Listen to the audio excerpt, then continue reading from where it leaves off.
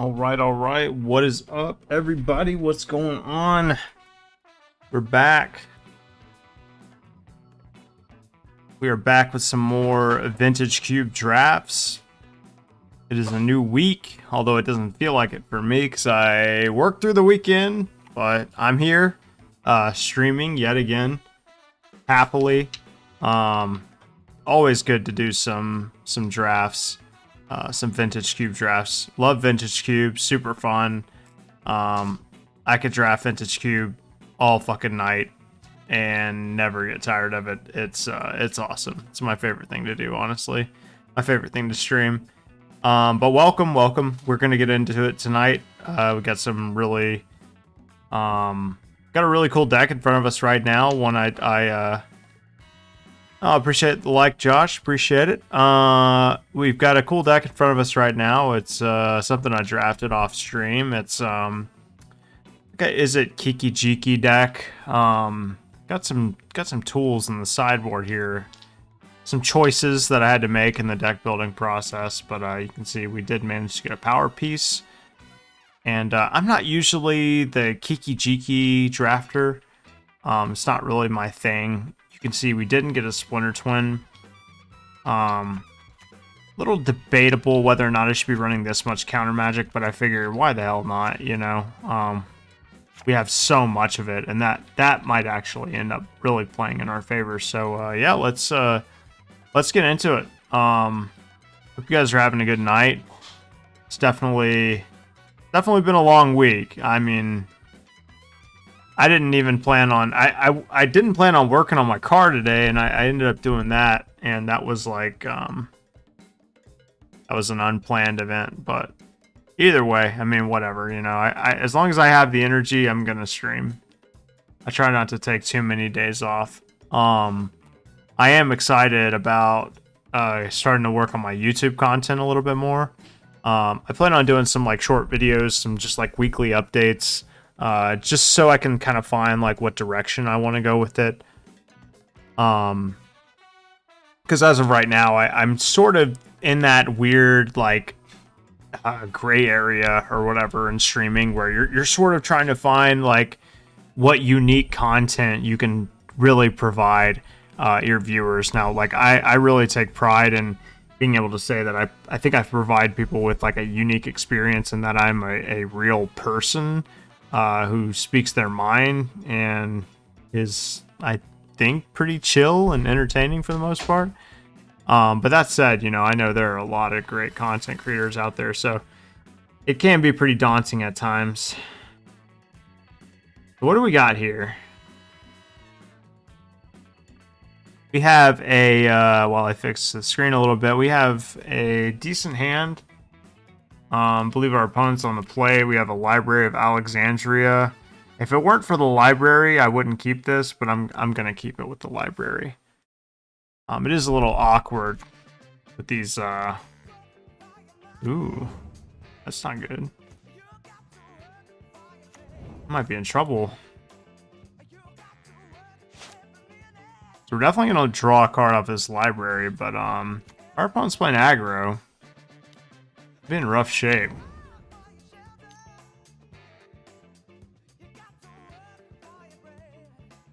Okay. I'll say if they play another creature, it might be in trouble. Well, that's a good draw.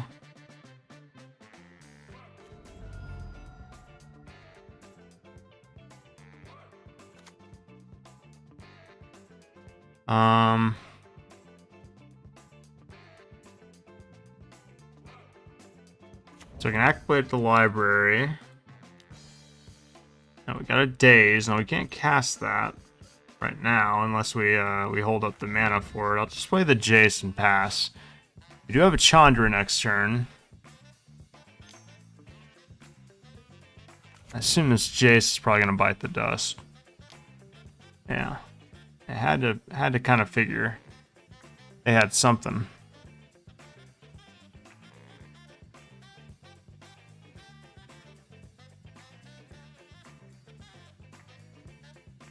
And this matchup, we're definitely going to be bringing in like Flame Tongue Yearling, maybe, well, probably not Repeal. anything that allows us to sort of stabilize a little bit, you know? Let's see. We have the commit. Could hold up. But I think we just have to play Chandra and just minus, unfortunately. Just to stem some of the bleeding. And then next turn, our best play would probably be Treachery.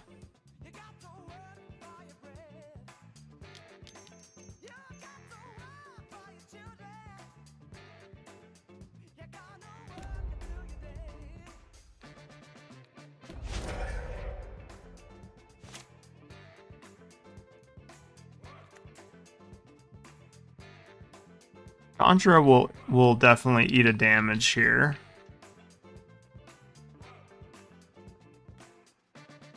But we are still in stabilized mode. Oh boy. That's interesting. That's going at Chandra, which makes me think that maybe... Do they have 2 other 1-drop spells? I'm confused. They must have another... No? Okay, well. I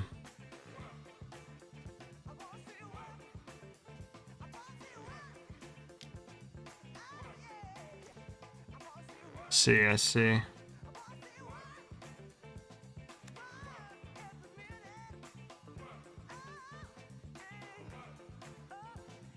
Not too interested in holding up days here.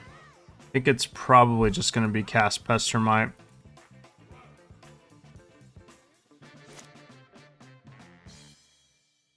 And we'll probably do it at the beginning of combat. Just to tap down that Dragon Rage Channeler, I believe. Alternatively, we could just put it on top of their... Into its honors library, second from the top.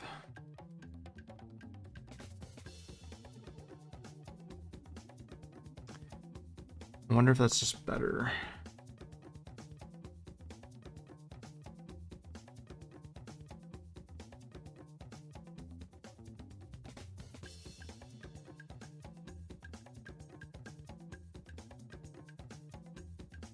We have a decision.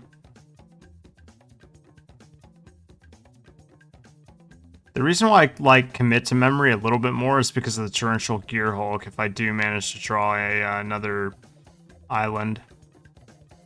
Yeah.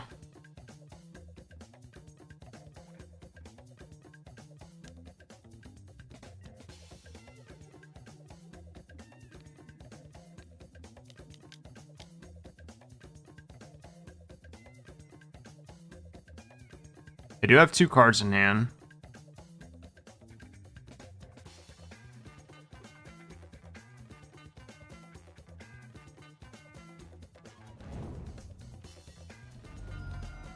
Take 1.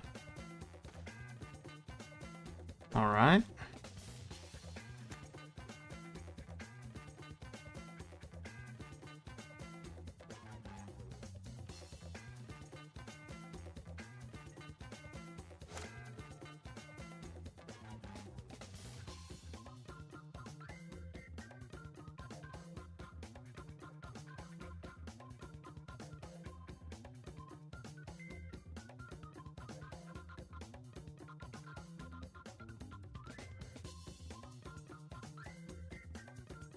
We do have some stuff to do here. I mean, we can always cast a daze. We can do a few things here. Relic of Progenitus. I mean, I guess we just in response, right? Just do that in response. It's probably like our best target. Like, depending on what they play, obviously. They don't have a lot of mana, so like we can always daze them if they do tap down for 3. Cast something. You calling me, babe? Okay.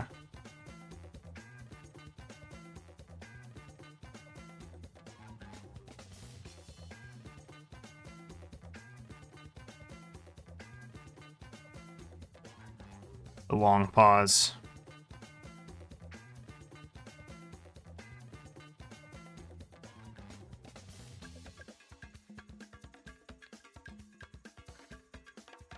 Kind of a weird thing to commit. I mean, you know, it's not the most powerful play, but like realistically speaking, I mean, they were gonna resolve Relic of Progenitus, and that kind of made Torrential Gearhulk bad anyway.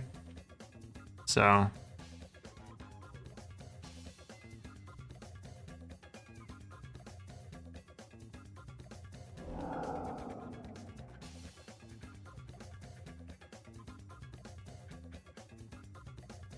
And we do still have the days.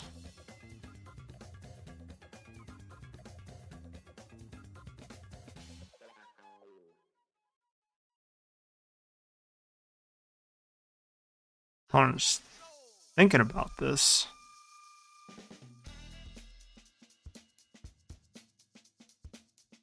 All our opponent tanks, by the way, guys, we are opening up the Discord. If you are interested, you are more than welcome to join. It is a awesome community that we have, and it's been super awesome to be a part of this community overall. I think maybe I mean, I hate the treachery of the Monastery of Swiftspear. Like, what else am I doing, you know?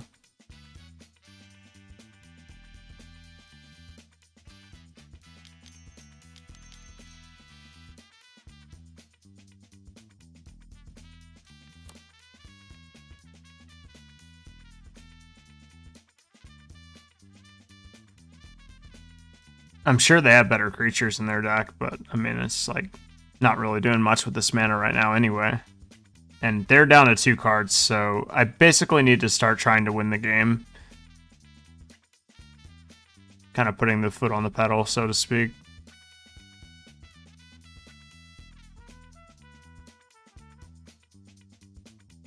No way to know if they're pausing because they just aren't paying attention, or if they're like actually tanking.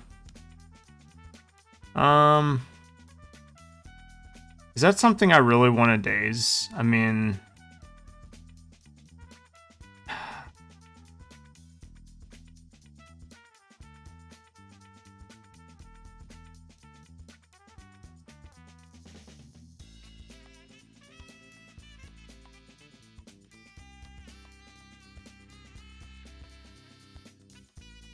if I daze it, I think I just return the island in my hand, right?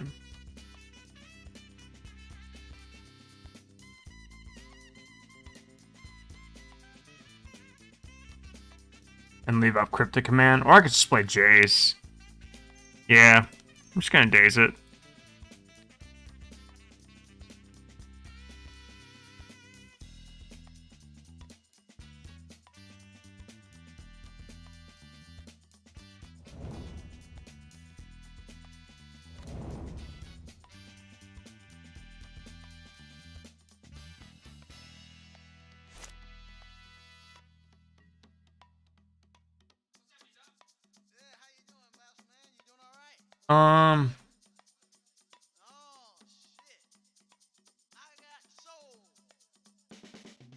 Let's attack with Torrential Gearhulk.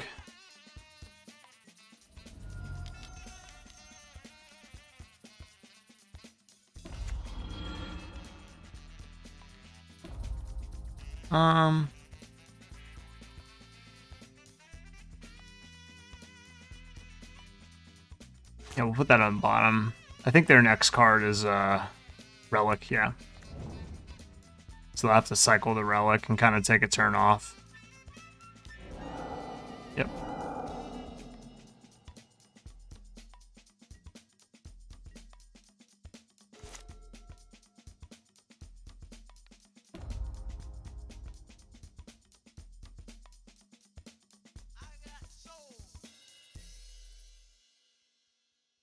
Now, obviously, we know we have the Cryptic Command, so we're pretty safe here. They have a mountain on top.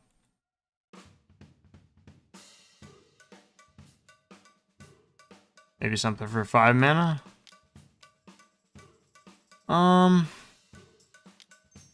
Yeah, I think we just counter draw, right?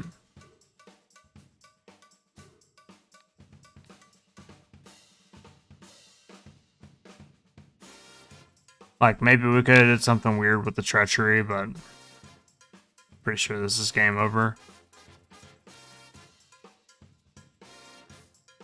Now, basically, I think maybe I just go towards being like a blue-red control deck in the post board. We'll see how we want to play it out. We got a Chain Lightning here, so that's, yeah, we have lethal.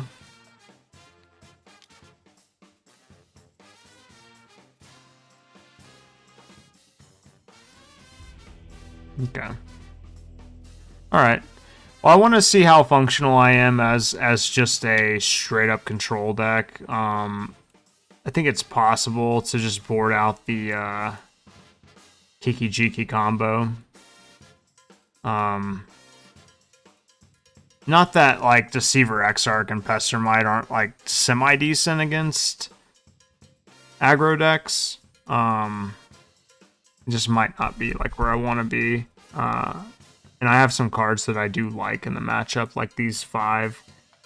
And I would be cutting 1, 2... that's 4 right there. 3, 4...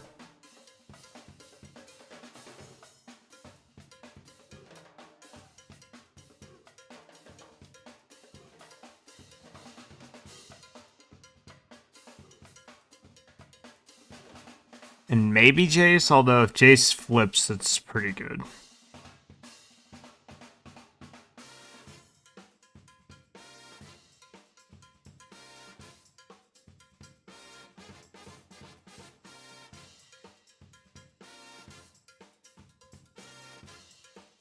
Something like that. Like just being a control deck. I don't know how good Repeal is against them. I suppose it could be. Like, basically, I don't need to go infinite against an aggro deck. I really just need to control them, because I'm the control deck in this matchup. That's my thought process. If it was, like, another mid-range deck or something, like, yeah, I think I would totally...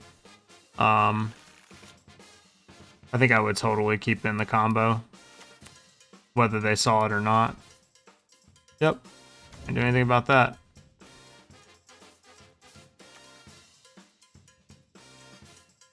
I think I'll leave up the days.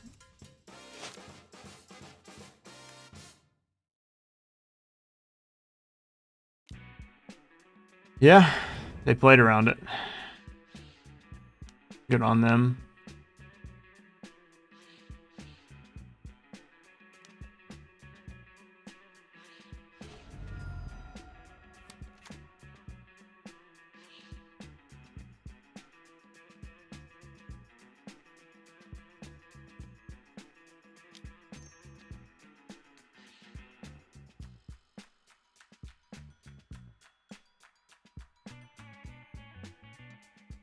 Yikes.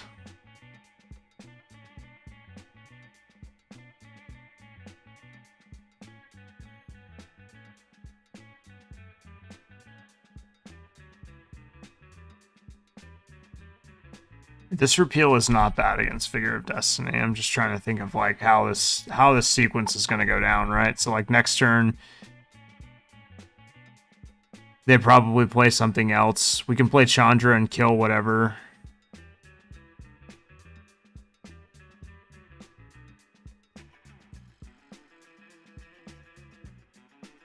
I might have to shuffle, honestly.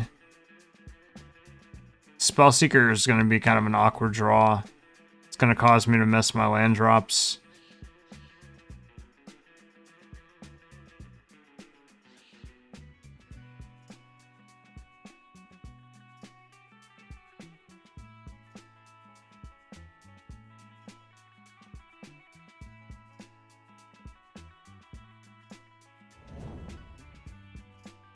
Alright, we shuffled our library. Let's see what we get. Oh. That's not good.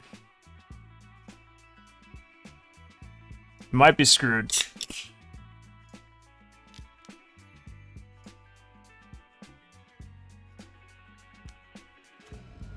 There's our island.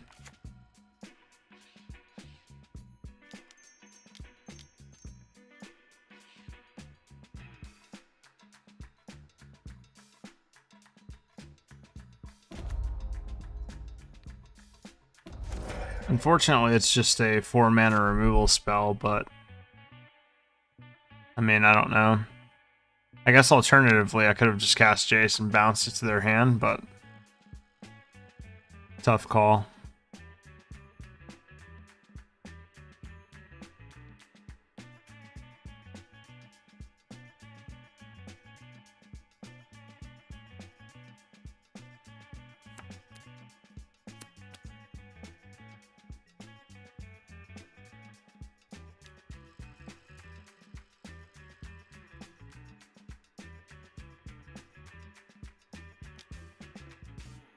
Yep.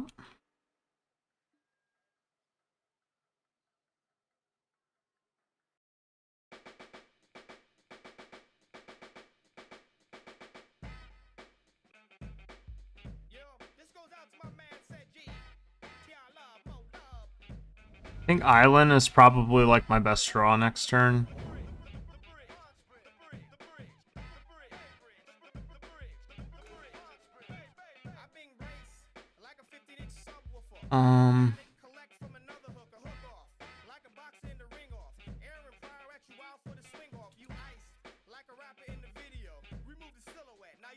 We can get Firebolt.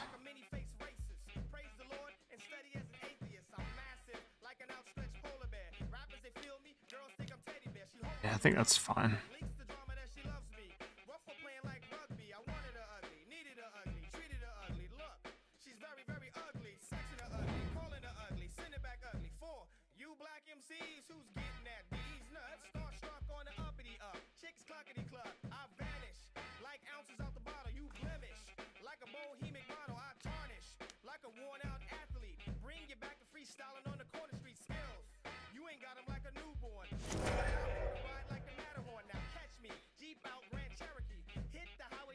Alright, we're hanging on as much as we can.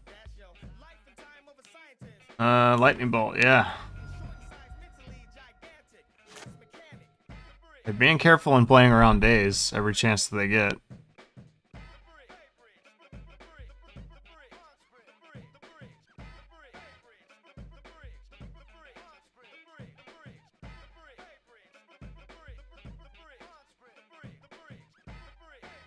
Opponent's tanking.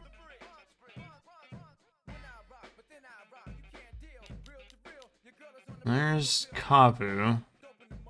Now, I think we're okay to daze this. I mean, if nothing else, you know, we might not even hit a land drop next turn, so I think this is perfectly fine.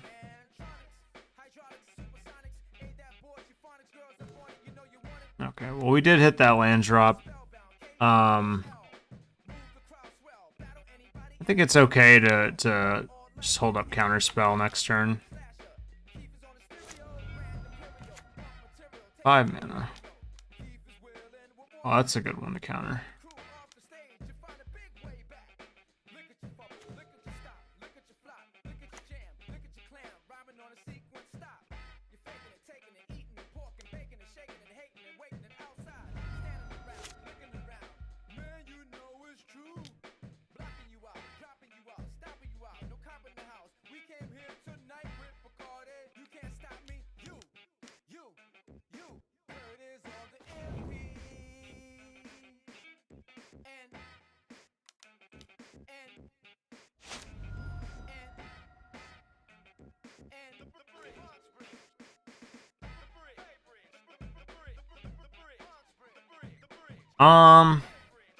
Gosh, Jason, I mean, we could plus. Alternatively,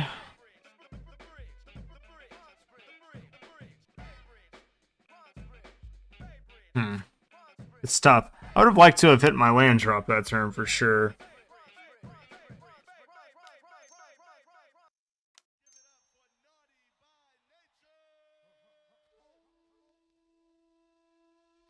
This calculation I'm not really counting on being, like, very relevant. Let's just plus here.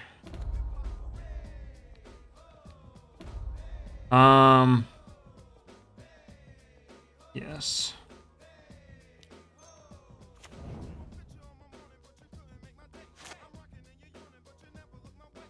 Alright, we had to fade 2 draws. They drew Tangle Wire.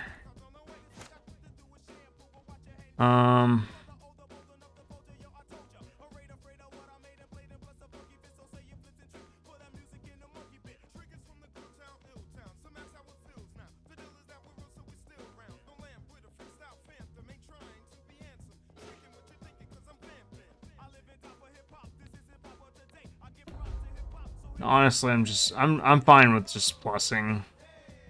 So they'll have to tap 3. 1, 2, 3, and they just cast that. No.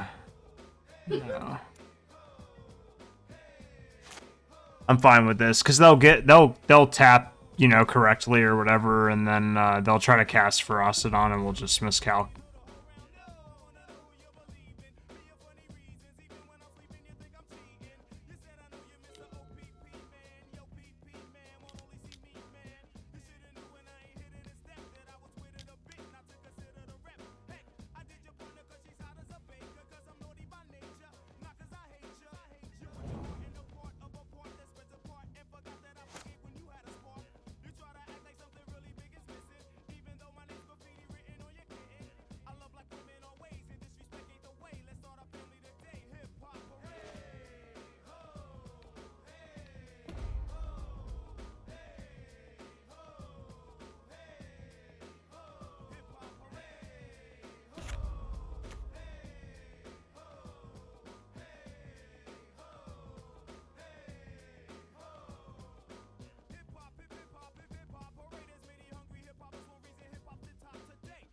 Gosh, this turn.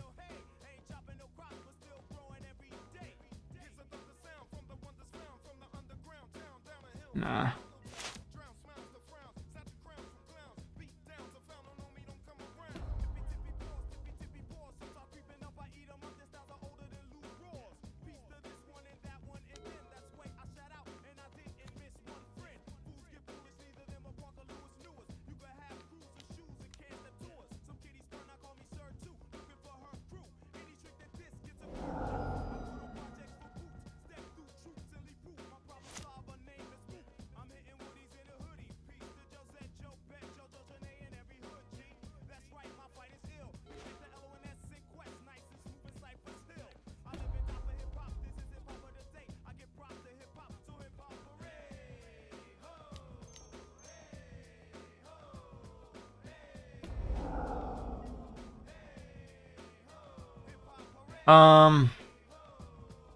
Let's see, we got 2 turns until we ultimate the Jace.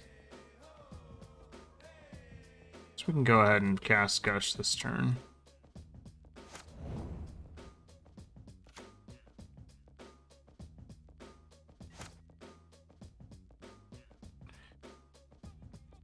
Yeah, I think we've pretty much firmly taken over this game.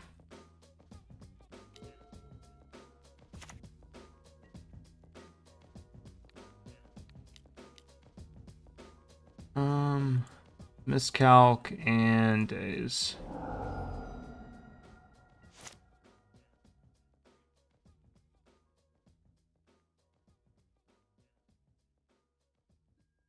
Upper Mock Sapphire.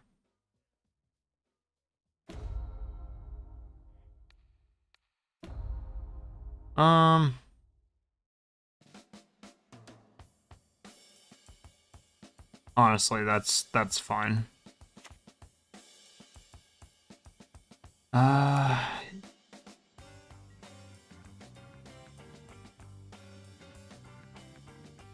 I don't mind them killing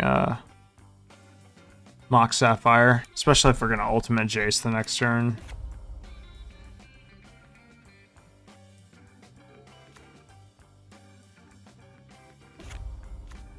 Yeah. Alright, that's all it took. Just a little control, that's all. Okay, 1-0. It's a good game. Yeah, I figured it would be much better to just go for the control. Be the control deck that game. Than be the combo deck, you know. Galaxy Brain. I know. These are extremely complicated concepts. But, just try to understand.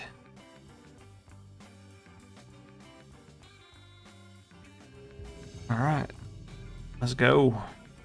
We do draft stipulations here, guys, for subs and donators. Just an FYI, obviously it's not required, nor will it ever be required, but if that is something that you're interested in, maybe you don't feel like drafting by yourself, maybe you want to see another player's perspective on it or whatever, you know, feel free to sub to the stream or do some tokens or anything like that, and we will definitely draft whatever it is that you would like me to. Search for tomorrow, so some sort of ramp.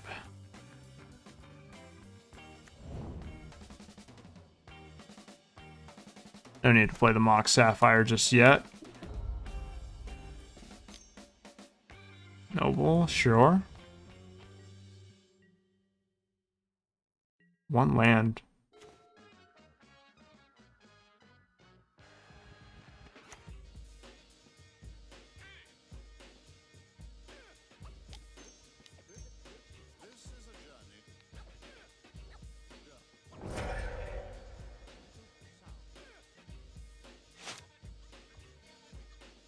Fortunately, I can't counter this, but is what it is.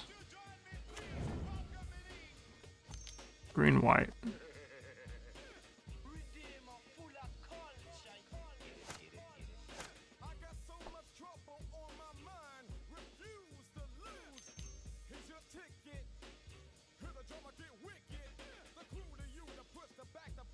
Oh, that's kind of rough.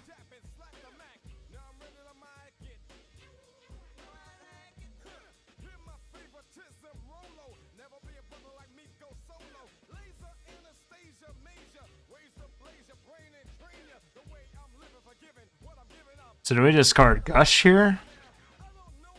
Or Spellseeker? Spellseeker we can definitely cast next turn.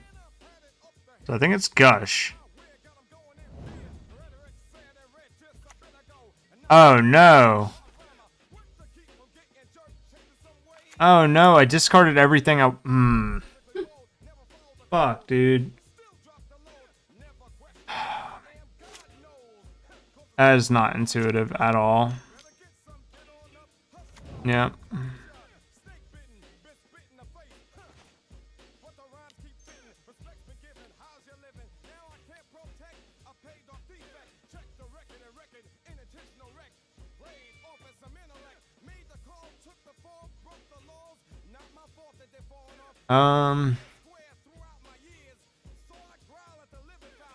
Let's go top, top, top. No, and we'll pass. You should still be okay. That was an unfortunate, I would say misclick, but it was mostly just a misplay and me not reading the ability of balance, a card that I've played many, many times. Don't know why I didn't read it correctly. I don't mind taking 4 here. Okay.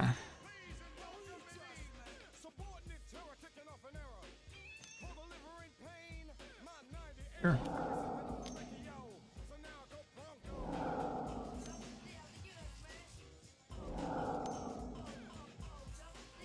Luckily, we know they don't have anything really going on in their hand because they didn't play anything that turn, so we know we're pretty safe to Cryptic Command this.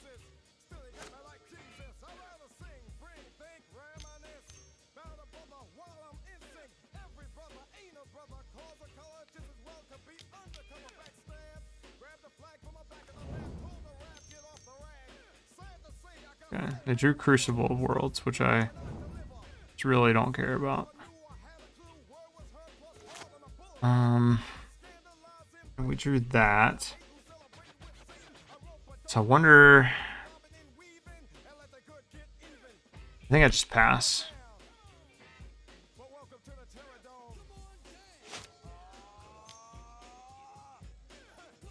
Gilded Goose, I mean... Sure.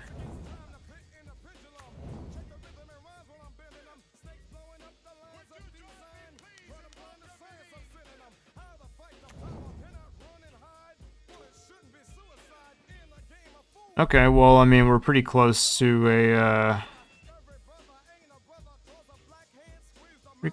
kill here.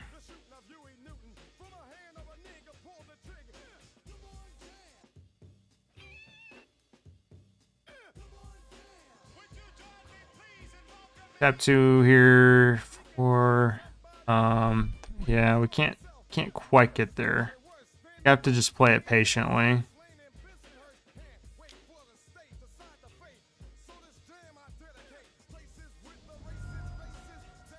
I think I'll just play Pestermite next turn, you know, barring anything crazy. And then we'll play Kiki Jiki after that.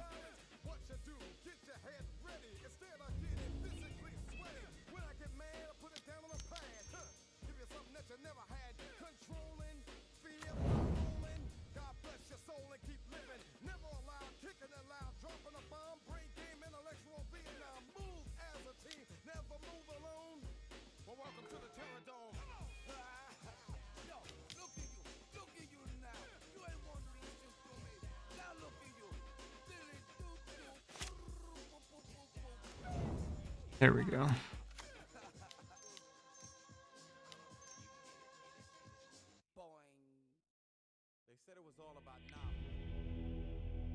Alright, so we know our opponent's playing some form of ramp. So Grim Lavamancer probably has some merit. So does Flametongue Kavu. Things like Miscalculation are not as good. Daze, you know, honestly, kind of debatable. But definitely all about taking out that Miscalculation. So Lavamancer is probably just a good recurring threat. And then do we want to make room for Flametongue Yearling? I'm more inclined to keep in a card like Daze because I don't have to pay any mana for it. So it's obviously better than Miscalculation.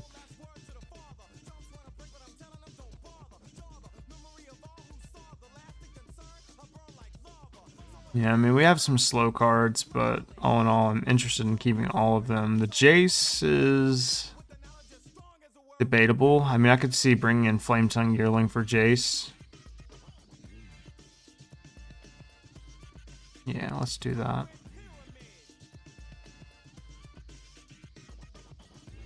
Basically, like I'm really, yeah, this is good.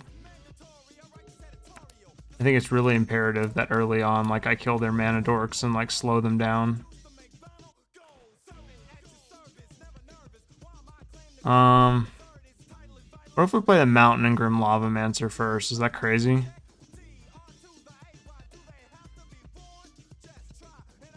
Mountain Grim Lavamancer, then we have Island, Brazen Borrower. And then we can play Spellseeker, and eventually we'll just play this Wandering Fumarole. We might also just draw a Mountain naturally. Alright, there's Birds of Paradise. Yep.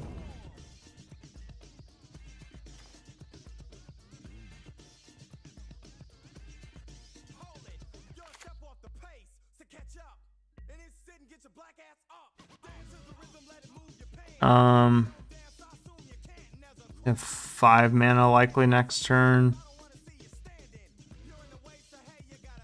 Scavenging Ooze really puts a hamper on Grim Lavamancer for sure. Let's hope it's not Acidic Ooze or whatever the fuck.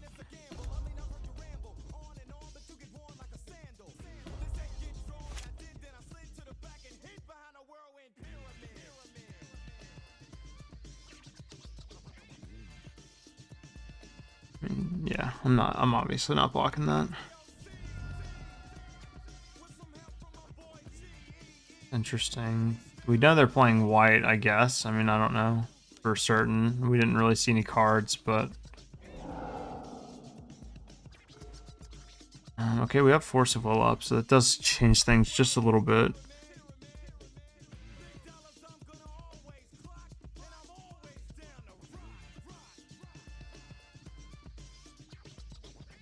We still play the Island here.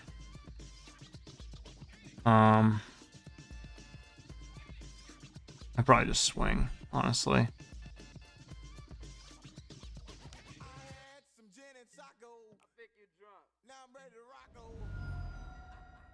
Definitely not blocking with my Grim Lavamancer, even with Scavenging Ooze, you know?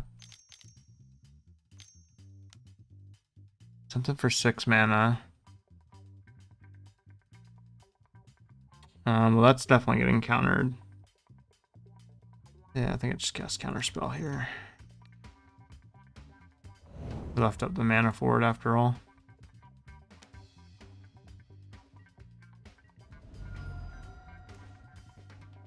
I was hoping to draw an untapped land there, but I guess it really wouldn't have mattered too much. So another hand is Garruk and one unknown.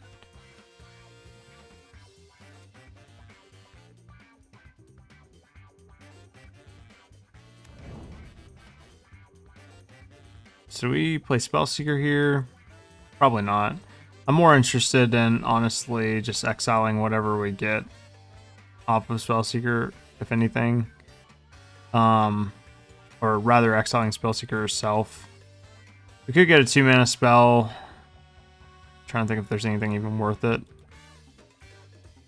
We're not playing Miscalc anymore. Days, Incinerate, or Braid. Incinerate or Braid would be like the 2 picks, which honestly aren't too bad.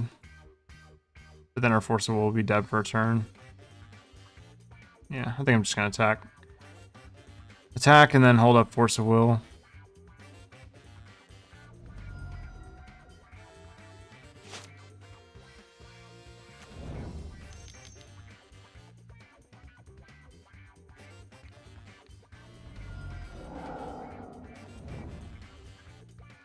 And just hope their hand is like mostly dead from here, I guess.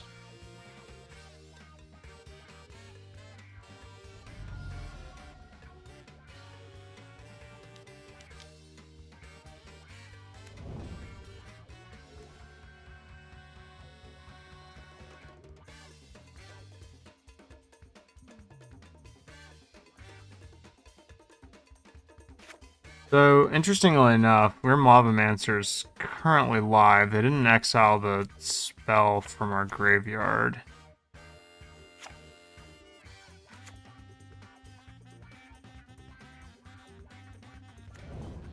So I'll play the library. That does mean we can't play Flametongue Yearling this turn, but I'm actually kind of okay with that.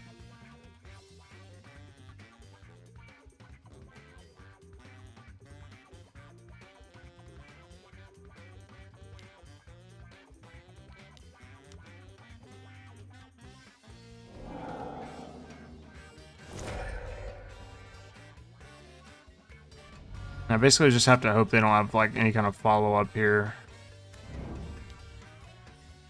No shock, that's good. Sure.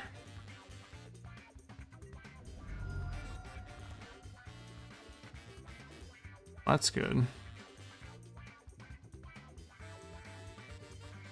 I can't cast it though. That's a problem. So I guess in the meantime we just cast this for its ticker cost. And we'll just kill this, because why not?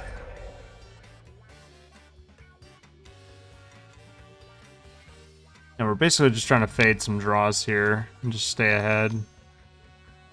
Crucible of Worlds. Not very good without Wasteland or anything like that. I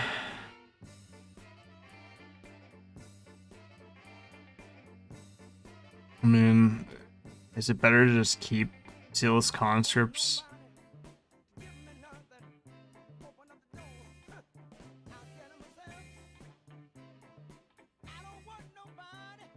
Yeah, I should have animated Wandering Fumarole. Made them block.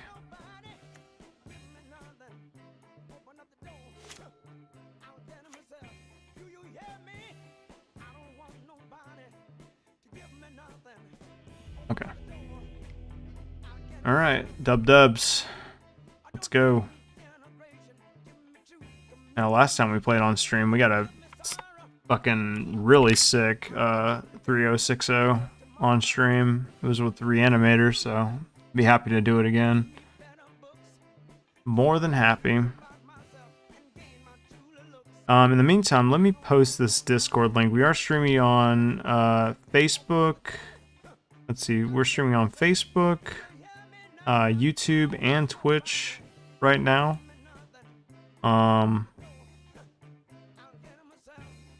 And let me just link this. So basically what I was going to say is we typically I hadn't allowed people into the Discord channel before, but I have opened up the Discord for just everybody. Basically just kind of building up the community. Discord channel before. Sorry for the fucking echo there. That was weird. I've opened it up for everybody because like I kind of want to build up the community and stuff. So yeah. You are more than welcome to join. This is an awesome hand. I'm going to keep it. Thrilled to see hands like this. Wish I could get this all the time. I mean, this is perfect, right? This is exactly what you want.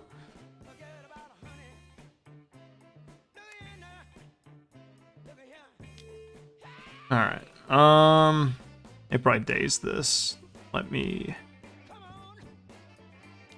do this.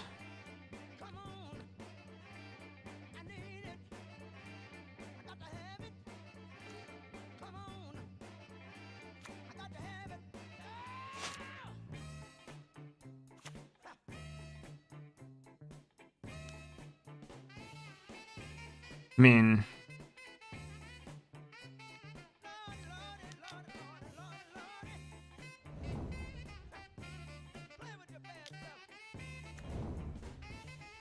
looks like they just had a handful of mana dorks, pretty much.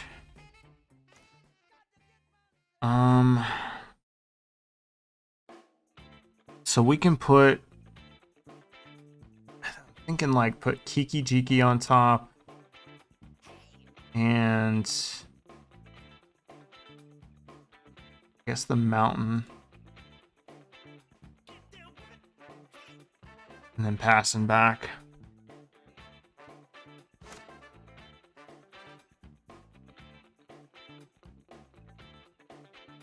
And they're going to want to cast spells and not attack Chase the Mind Sculptor, although if they don't have anything going on in their hand, they might just attack him.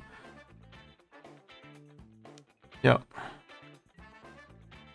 You might just have a 3-drop too. Rofalos.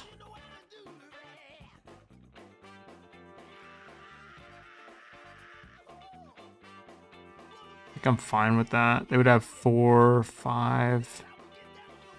Yeah, well, that's, I mean, that is a lot of mana for them to play with next turn.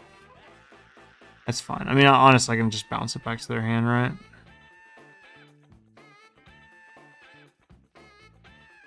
I don't necessarily want to force will this if I don't have to.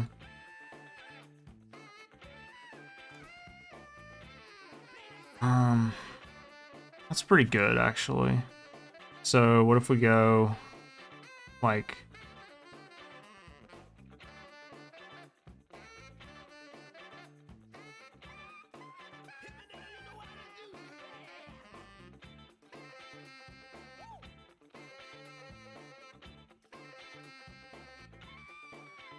I'm thinking like Kiki Jiki and Mountain on top. It's tough because we have the combo in hand. We just need the mana. So like I'm stuck between like controlling the game and like going for the combo essentially. I'm thinking like Kiki Jiki and maybe just Kiki Library. Nah, let's do Kiki.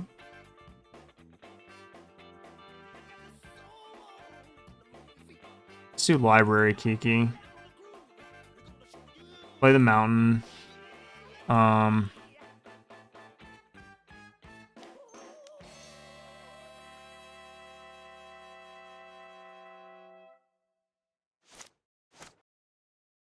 their upkeep, we'll tap down their Rofalos. Roll on the floor, laughing os. And then we're just, basically we just have to draw a, at this point we just have to draw a mountain to win the game.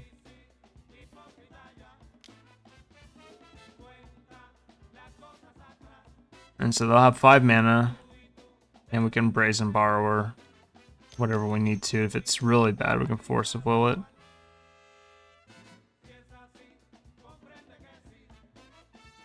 Stone Coil Serpent. Yeah, that's like A-okay with me.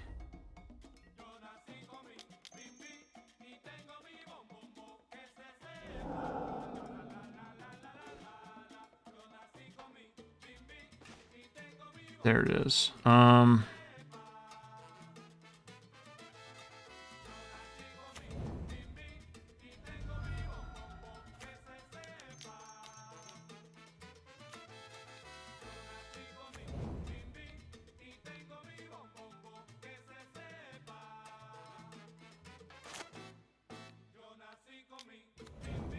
You're gonna make me do this? You're gonna make me go through the combo? People like this are the worst. He might mess up. Even though he's showing me that he has lethal, he might make a mistake and misclick. Just fucking concede. Like you're trying to use the antiquated Moto software to make me fuck up, when in any other instance of the game, this would be game over. Demonstrating an infinite loop. Well, for anyone out there that is wondering how this combo works, this is how it works. I have infinite damage on the board right now. And my opponent is making me actually do it.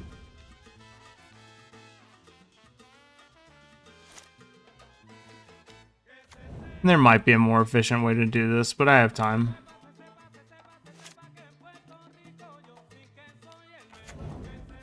Should just do it forever.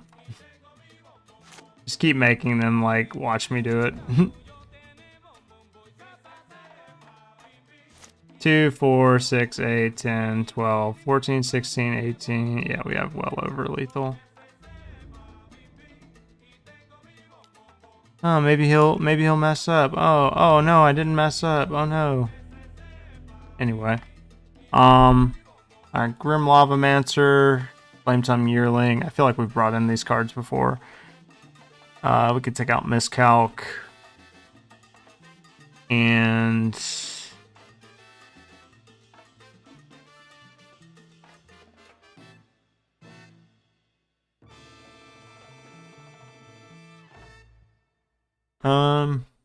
Miscalc and something. I can't remember what we took out last time.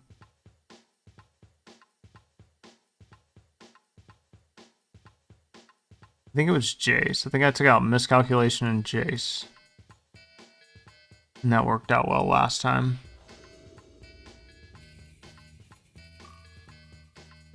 I'm gonna ship this one back. It doesn't really have any clear definitive plan, and it's kind of slow. If I had a mountain, I would have definitely considered it more. This one's a lot better. It's got the port in it. It's got Grim Lavamancer. Got a Daze. I think I can keep it. Just debating on whether or not I want to ship Cryptic Command or an island if I really wanted to be greedy. But I think I just ship the Cryptic Command.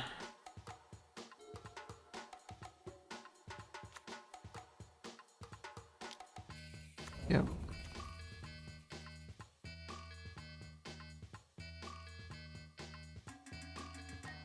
Let's go ahead and get Grim Lavamancer out there. And she should be live next turn.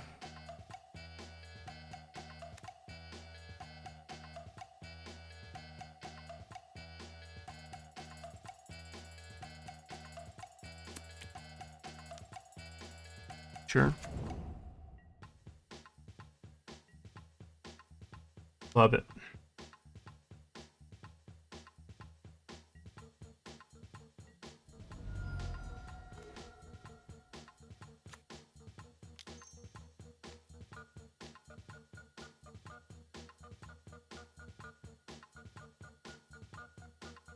Let's see. So we have the Bloodstained Mire, so we can throw back this commit if we want to, and just keep the Chandra. Rather like that, especially when my opponent is. They will have 4 cards, but.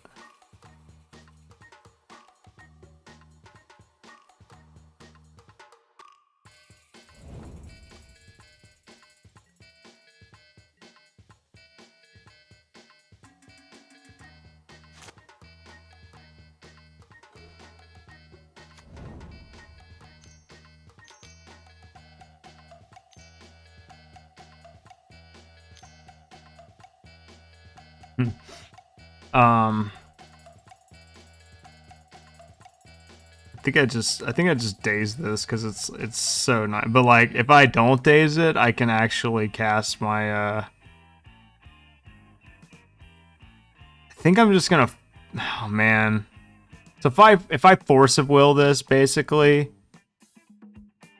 then I get to cast Chandra next turn. It's too good not to do.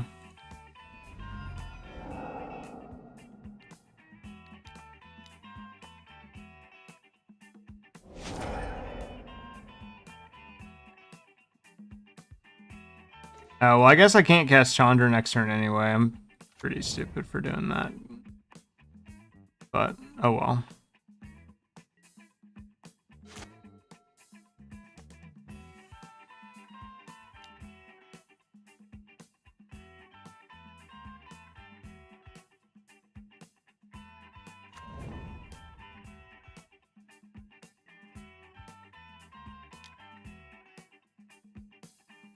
Do we want to shuffle away commit to memory?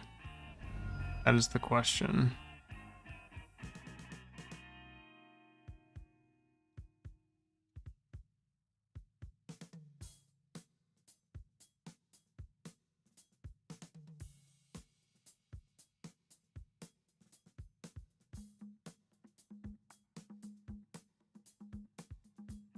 I think I'll keep it on top.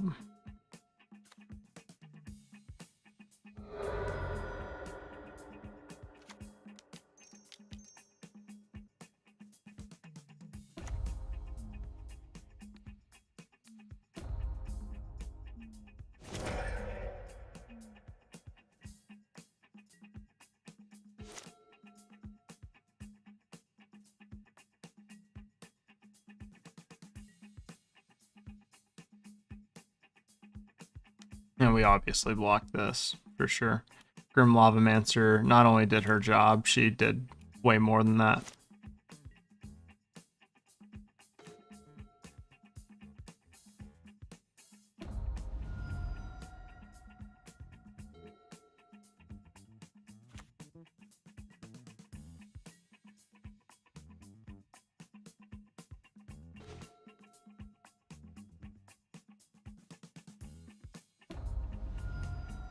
I'm exiling all my lands. I need those.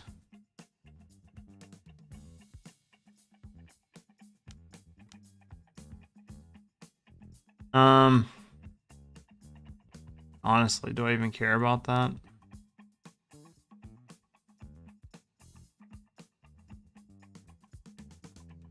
That's fine. You can have it.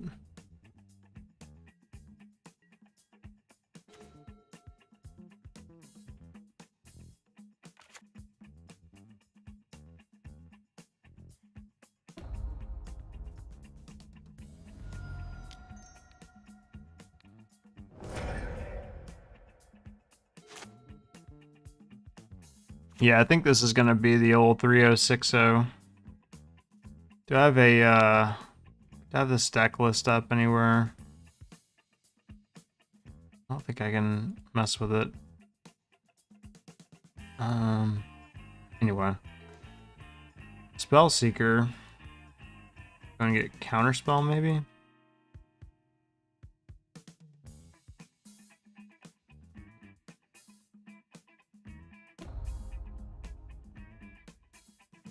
Yeah, I'll cast Jace. Why not?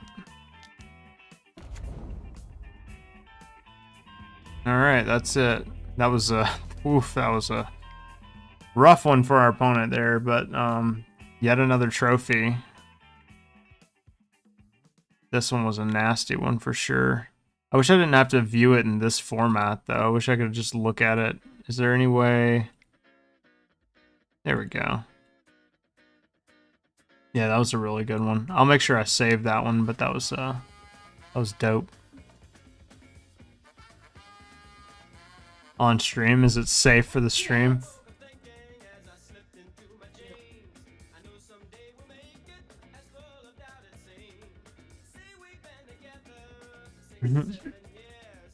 Rats and mice and other furry animals.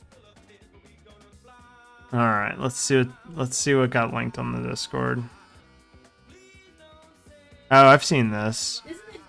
Yeah, I'll play it for the stream though. It's wholesome. Yeah. Ah, hold on. It could not be played. Hold on, let's we'll pull it up and it's on my Twitter. It's blowing up on Twitter right now. I don't mind bringing up my Twitter on stream. You know what?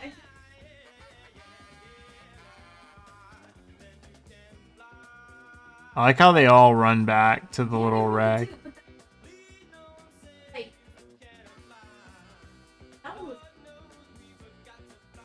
At the very first. Yeah. Yeah, he's like trapezing. I wonder what he does that, like, he brings him to his head. I wonder if that's like a reward or something. Yeah, they're all together. They look well taken care of. Yeah, it's cute. I like that. That's wholesome. All right, let's fire up another one.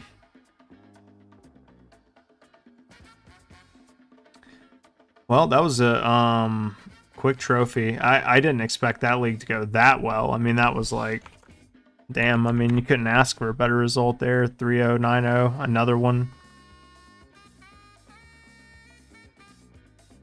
Very nice. Love it.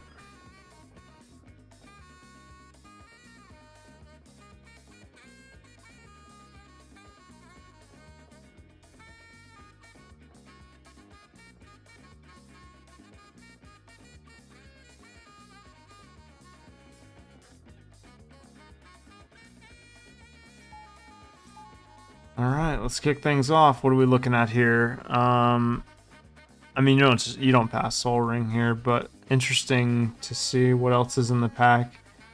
Nothing crazy. Obviously, we got a Delta here. High priority on fetch lands. We got a Ponder. Yawgmoth's Will for the Storm player. It won't be me. You won't catch me playing Storm. And if I do, it's not going to be on stream, I'll tell you that much. But Soul Ring is definitely a good pick here. Soul Ring is literally included in any deck that you get. It's basically power in this cube. Entomb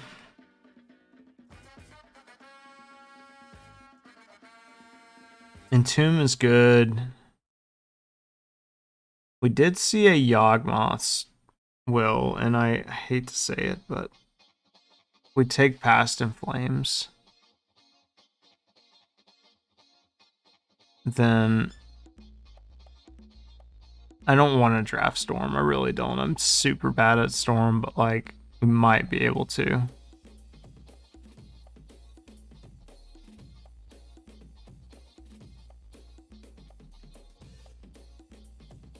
I'm just really bad at like finding the cards for Storm, you know what I mean? Like I'm not good at like the sequencing, so I don't know exactly what I'm looking for. I can't say I haven't done it before, like, and been successful at it, but I feel like I'm just bad at it, and I'm better off taking this Entomb. I'm gonna take the Entomb.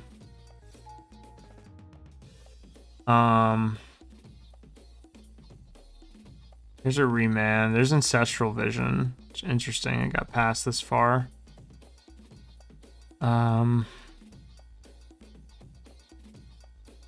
Koth. Draga Tree Speaker. Some decent cards in this pack still. Remand isn't really a reanimator card. Not that we're like super deep into reanimator right now, but I don't know. This pack is kind of medium. I mean, there's not really like a whole lot of good cards in it.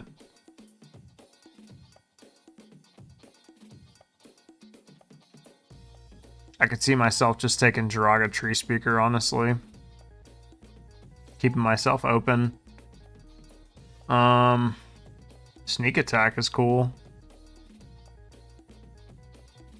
I do love me some Sneak Attack. And we did see Kozilek already, so we know there's a big Eldrazi in this pool. Mystical Tutor is also very good. And Consecrated Sphinx, yeah, this is a way better pack. I'm gonna take a Sneak Attack here. A Braid. We got a Ulamog, which is, you know, of course, new Ulamog, so he doesn't have Annihilator, but it's still good.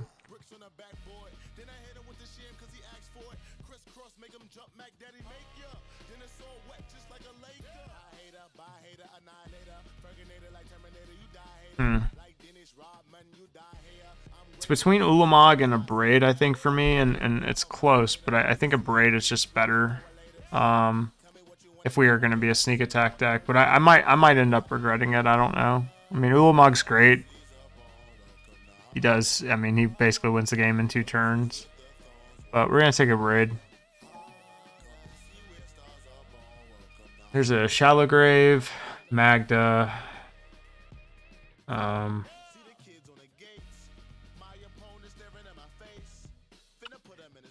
If we're a Sneak Attack deck, I could see Shallow Grave being like good because Eldrazi Titans and such. Yeah. There's a Sundering Titan. Hymn of Turok is good.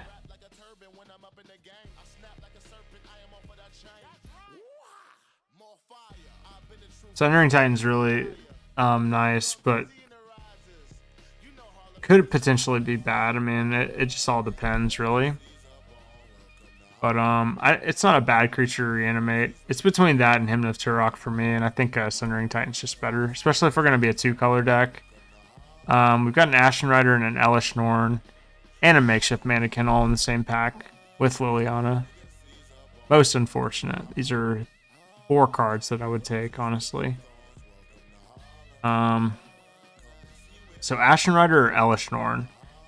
Frankly, there's a few cards that do what Ashen Rider does. There's Woodfall Primus.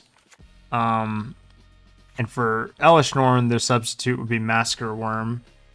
So I think I take Ashen Rider just based off of the Sneak Attack, but it's close. That Kozilek did wheel. That's good for me.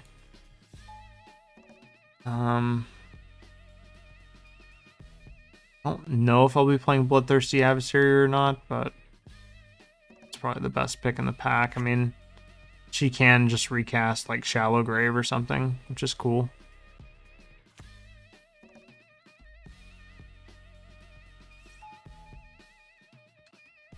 I don't mind Dam as a sideboard card. I really don't see myself playing these other cards, so if we do need extra removal, not a terrible pickup.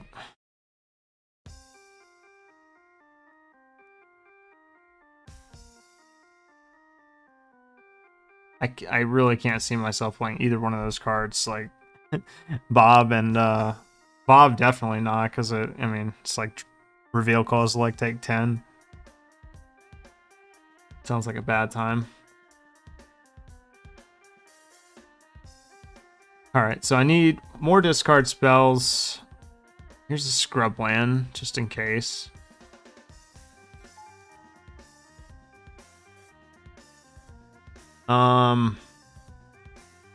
Man, I can't imagine a world where I'm bringing in Relic, but I mean, I guess I get to choose the terms, right? Scrubland's kind of bad because I am playing Sundering Titan, but we'll see, we'll see.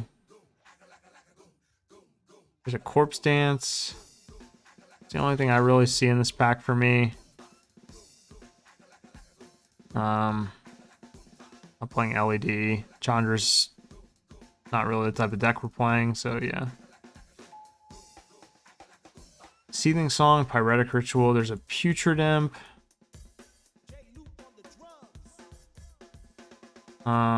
Bribery is obviously very good, but we're not playing blue.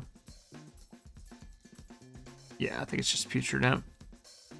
We are Reanimator, so we need as many enablers as we can get. So discards and reanimate spells. The big creatures, they're not too hard to get. You know, you can take some okay ones in a pinch if you need to. All right, so we got a Wheel of Fortune here, Necromancy. Yeah, I think it's gonna be just Necromancy here.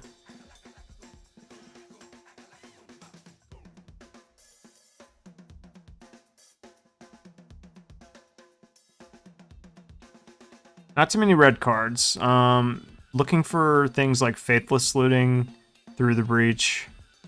Those are the main ones. I don't mind taking the rituals. That's not my first pick or anything like that. Emrakul is a huge pickup. There's also Oath of Druids if we wanted to go that route. And go kind of like the creatureless.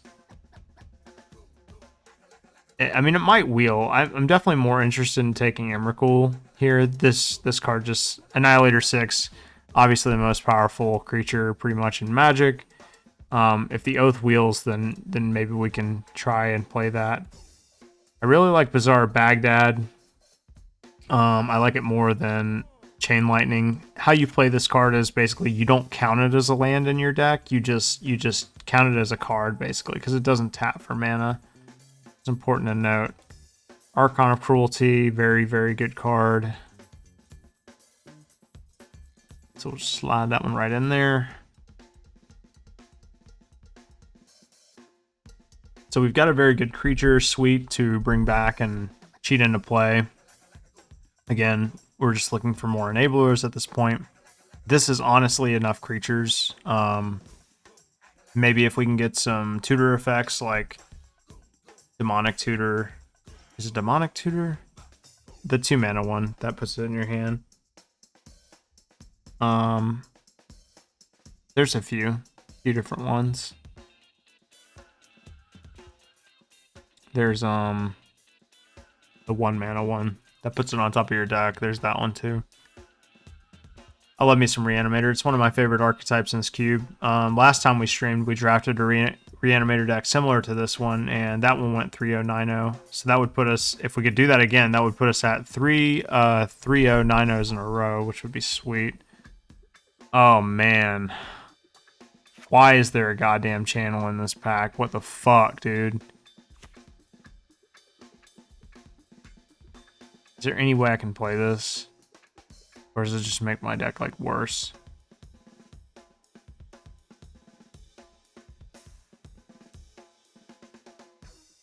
With all these Titans in my deck, I feel like it's not too late to pick up a channel, although it's going to be tough. I have to get some better mana fixing if I'm going to play it. We'll see.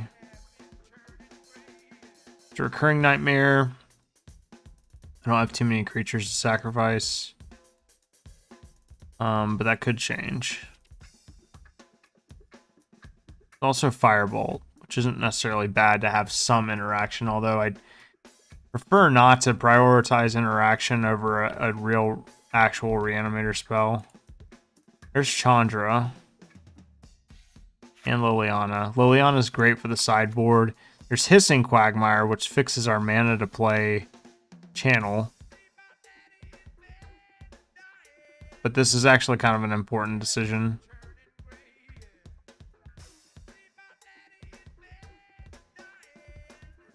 I'm going to take the Hissing Quagmire. Wooded Foothills, Bayou is very good.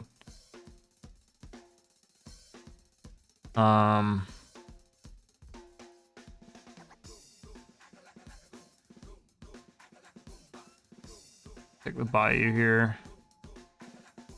Wheel of Fortune, don't think we're going to end up playing it, but who knows. There's Oath of Druids, so we might be onto something here. We might be onto a little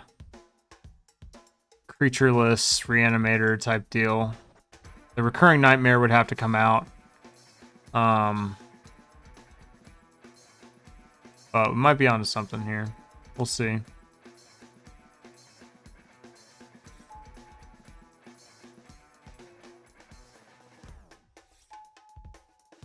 Well, there's Mox Ruby. So we definitely take that, but there's a Verdant Catacombs in this pack. And that's about it. So not too much. Would love to see that Verdant Catacombs wheel. No big creatures. There's an Ugin, and we do have Channel, so that's not nothing.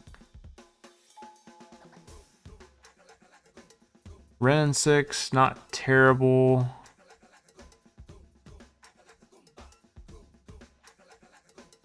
That's about it, huh?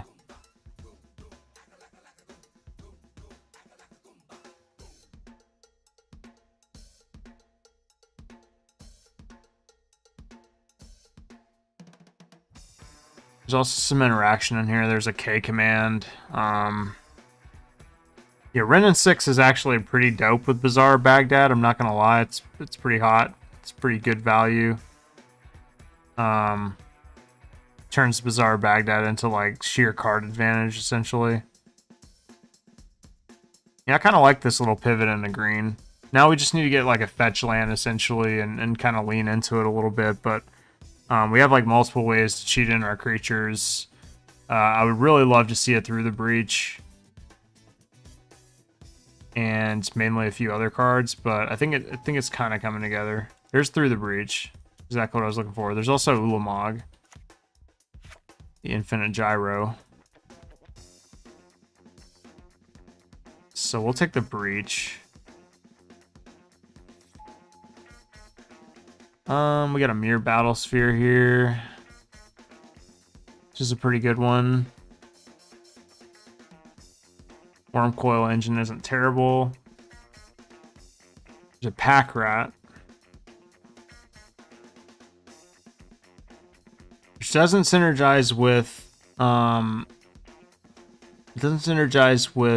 Oath of Druids, but it is a discard outlet, and we need those. We do have two creatures. That would put two creatures in our deck that we definitely don't want to hit off of Oath of Druids, though. I will say that.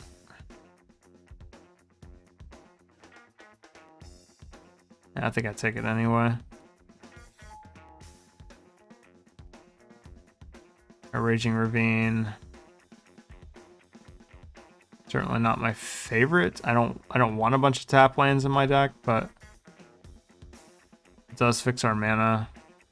Ophiomancer, if we do decide not to play Oath of Druids, you know, some of these creatures are decent.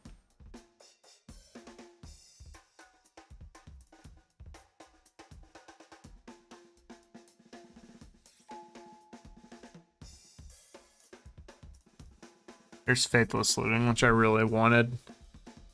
Yeah, we definitely take Faithless Looting here. Faithless Looting again with Renin 6 is just super good. It also is another discard outlet that we can use with Necromancy, Corpse Dance, and Shallow Grave. We have a Show and Tell in this pack. We can't really cast that. Unburial Rites, which we do have a Scrubland, but we're also playing Sunring Titan, so we have to be careful about that. Huntmaster is a fine sideboard card.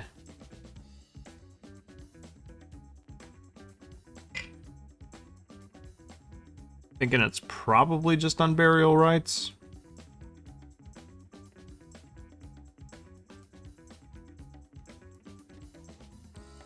It's slow, but it is a Reanimator spell. There's some more mana fixing. Here's a discard outlet as well, and a Golgari Signet. This pack's pretty good. I like the Bone Shards. Not only is it interaction, it's also a discard outlet. So it's honestly perfect.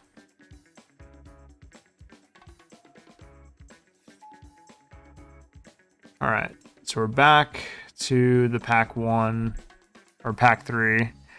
Pick one. So Ugin is still here.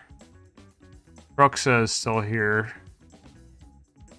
Bitter Blossom is good with the Recurring Nightmare.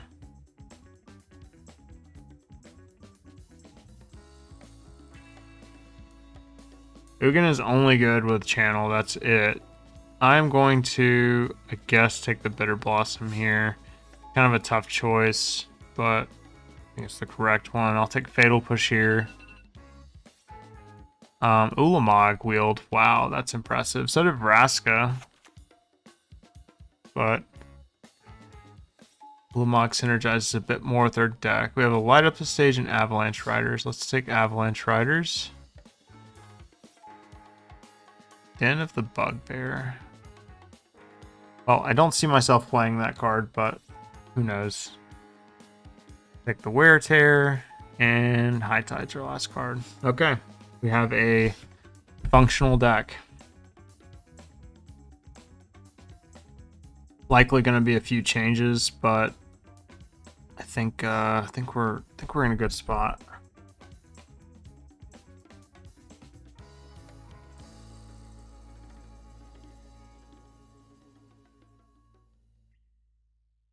I mean, it's looking pretty much exactly how I wanted it to when I pivoted into this. Minus the green, I wasn't too sure if green would be relevant. Oh man, we got some big pun.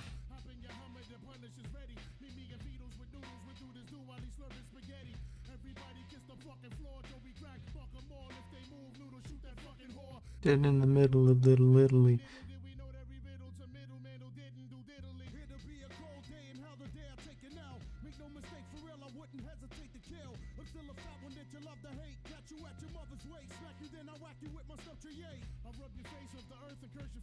It'll be 5 red, 6, 7, 8 black, 2, 3, 4, 5 green.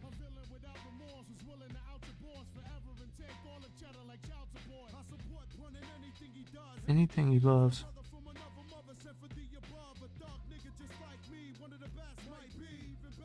I think I could probably cut down on a forest. It's weird because, like, I don't... Unfortunately, the one thing I didn't really get in this deck was a lot of fetch lands. And that would have been, like, really, really clutch. So casting Channel is going to be pretty difficult. Unless... we're probably not going to get turn 2 Channel a lot. Manamorphose would have definitely been a card that, you know, I should have maybe considered. I don't think it really came my way. Let's see what this looks like here. Cut that. We get a scrub land. So that way we can flash back Unburial Rights if we need to. We can add an extra land.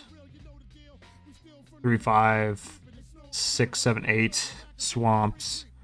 1, 2, 3, 4, 5 mountains. So we'll probably bump that up to 6. 3, 4, 5 green sources. Well, we'd have 7. We'd have 7 red sources. We have 2, 4 red pips, 4 green pips. So we do have the same amount of red and green pips.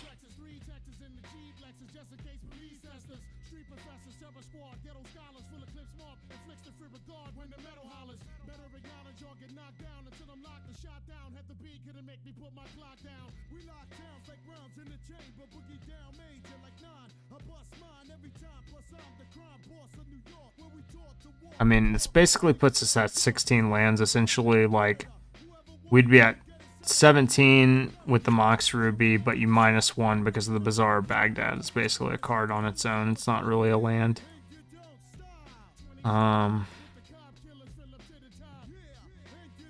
Cards I'm not too sure about in this deck would be like Recurring Nightmare.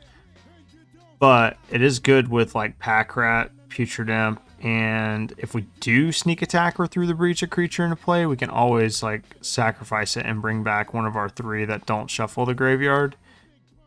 I don't know. I'm not 100% certain about how this deck's going to work. I think maybe I should have just stayed in black-red and not gotten too greedy with it, but I could also see like Wheel of Fortune being an okay reset. You know, it just depends. There's a few different directions I certainly could have gone.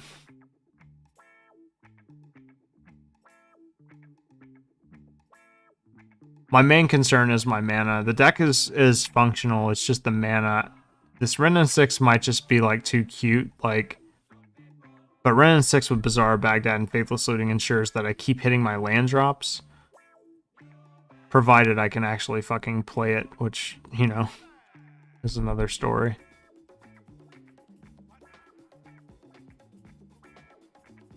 Yeah, let's give it a try. I'm also rolling the dice because, like, Oath of Druids is usually a card that I only reserve for decks that aren't playing any creatures that, like, I don't want to flip off of it, and Putrid Imp and Pack Rat are certainly among those creatures. Although, importantly enough, if we do flip over Putrid Imp or Pack Rat, and we do have a combo in our hand, we can always just discard our big creatures to them, so it's not all bad. But yeah, few questions. Don't know, don't know which one's better. Don't know where to go with this deck, but we're playing it. I don't like the tap lands. Man, if those tap lands were fetch lands, I'd feel so much better. Like, if that was a Verdant Catacomb and a wooded foothills, I'd just feel on top of the world. That's how much of a difference, like, the fetch lands make.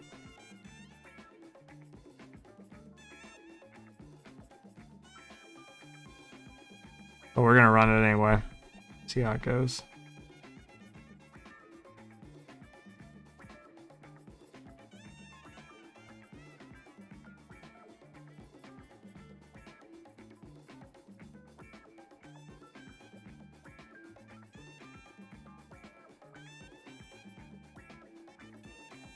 I also considered playing like Search for tomorrow, but I just don't think it's worth it. We're not necessarily trying to like ramp into anything, and the chances are, we're not going to be able to even suspend this card on turn 1.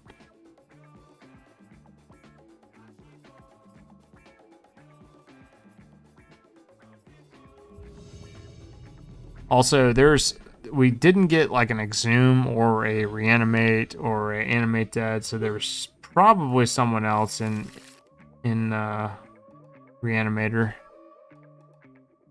This hand is pretty slow. Doesn't really have a clear plan. It does have a Through the Breach and 5 lands. That's about all it really has going for it. I'm gonna mulligan it. Probably being a little greedy here, but I'll probably keep this one and throw back the channel.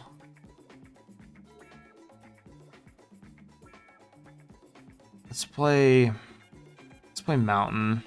Pass the turn. Swamp would probably be our best draw here. Okay.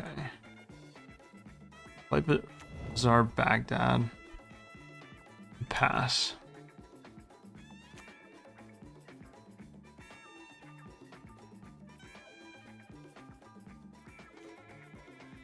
There's the swamp.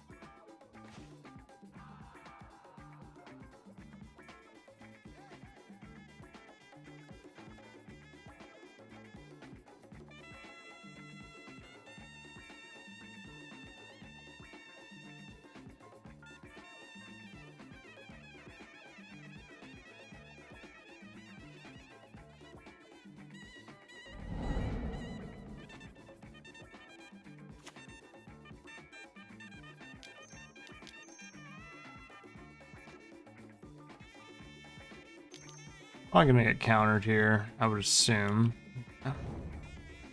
That's okay. You have a shallow grave still.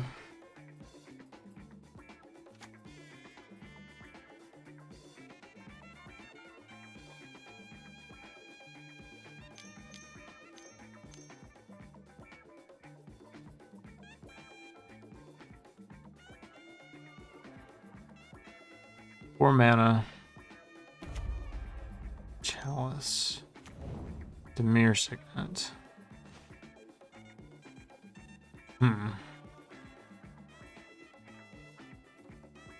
Really mono blue? Pretty interesting. Or are they just not playing any additional lands because they don't want to get hit by Sundering Titan? So this isn't amazing, like, by itself. I mean, I can make them discard 2 cards. Draw 3. Or draw 2, discard 3.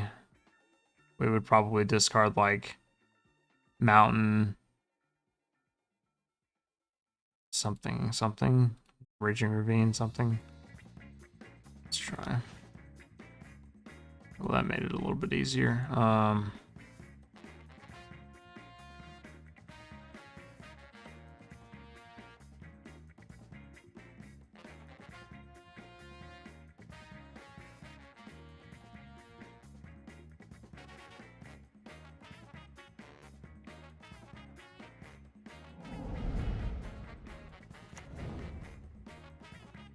I don't like the idea of just bringing back Archon of Cruelty if all we're gonna do is just make them discard 2 cards. I mean, yeah, they would go down to 2, but like it's not game winning or anything like that.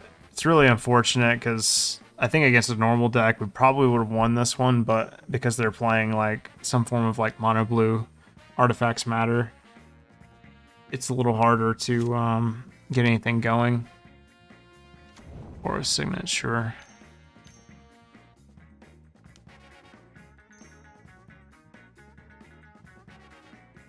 Okay.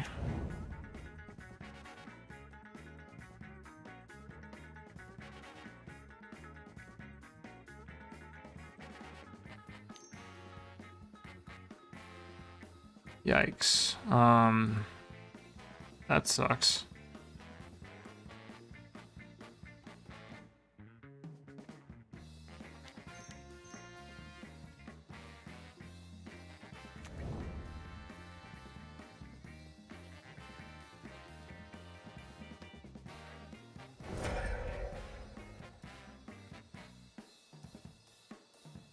Well, that's unfortunate.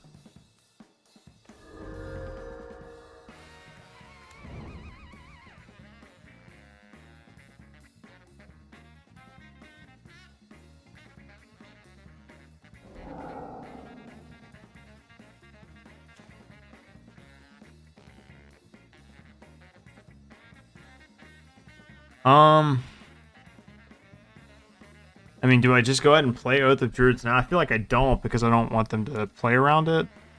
Typically don't just play it for no reason. So I'll just, I'll go ahead and pass.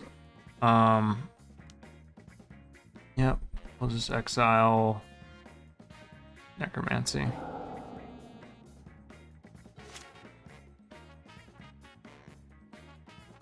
I definitely know I can take out Sundering Titan against them.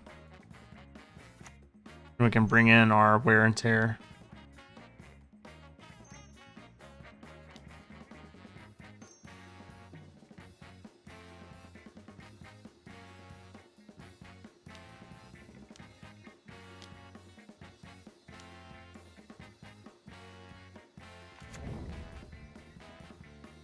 Ah, yes, this is good for me.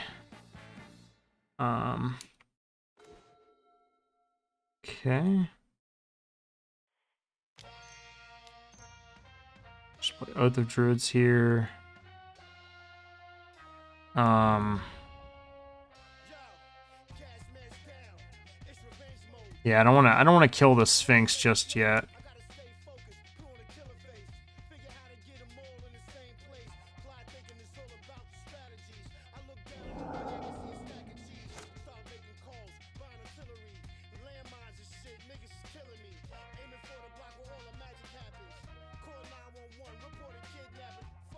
Part of me wonders if I entomb for Unburial Rights, if they would just main phase Exile Relic of Progenitus, but I don't know.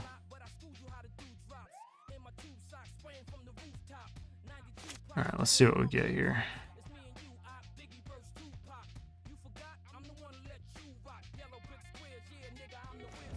Yes, what we like to see.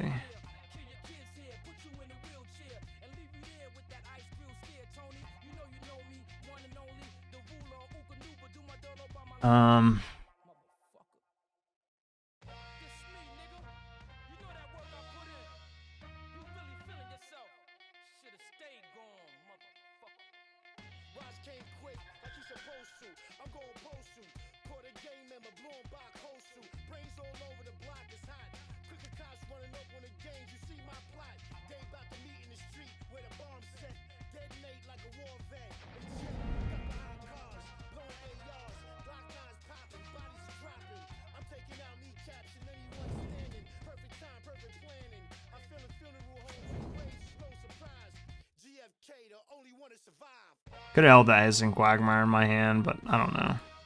At this point, I don't think I'm activating Bizarre Baghdad as long as they have a Relic out.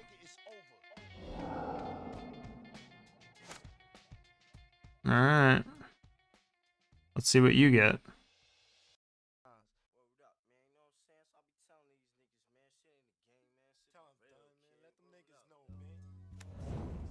Oh no. That's terrible. That's awful.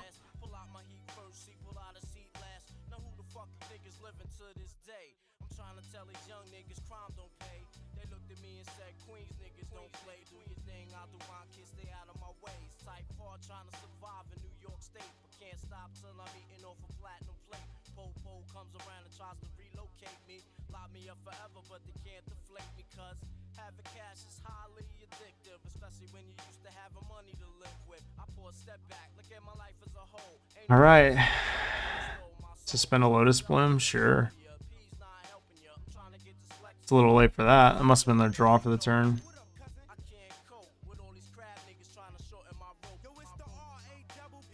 This is treachery.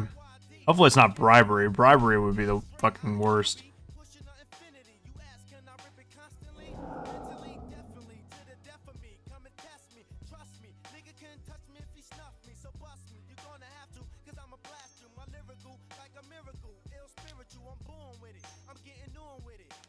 I mean, they're using their mana. This, maybe Ugin or big Stonecoil Serpent. Okay.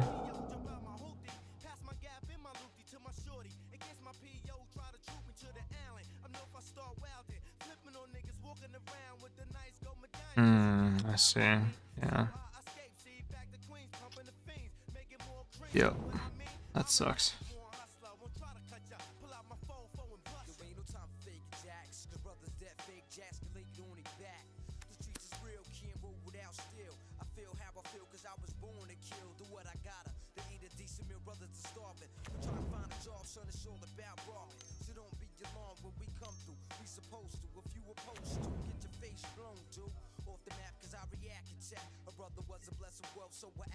Yeah, they're definitely more of an upheaval deck than I am, for sure. I think we'll go ahead and pass and then probably just discard Ashen Rider, Swamp. Yeah.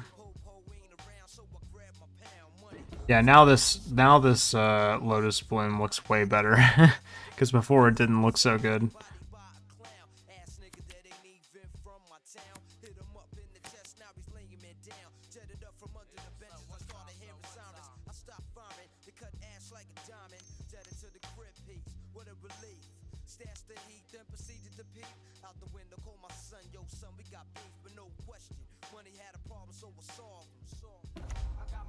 Here's a Chalice.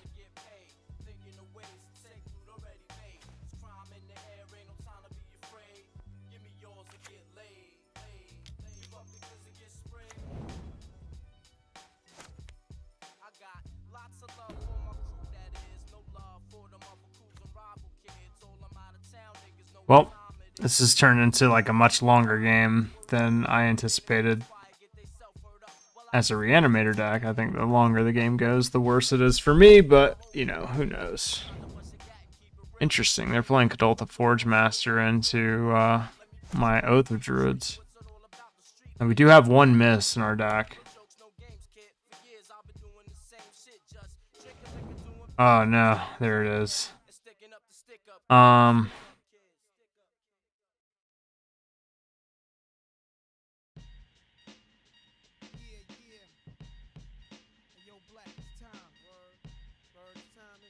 Do I have a 2-mana? I don't think I have. Shallow Grave is like all I really had, right? We got Corpse Dance for 3, and I think we exiled Recurring Nightmare. The Corpse Dance is the only... Yeah, Corpse Dance is the only reanimator spell I have right now. Got it. Okay.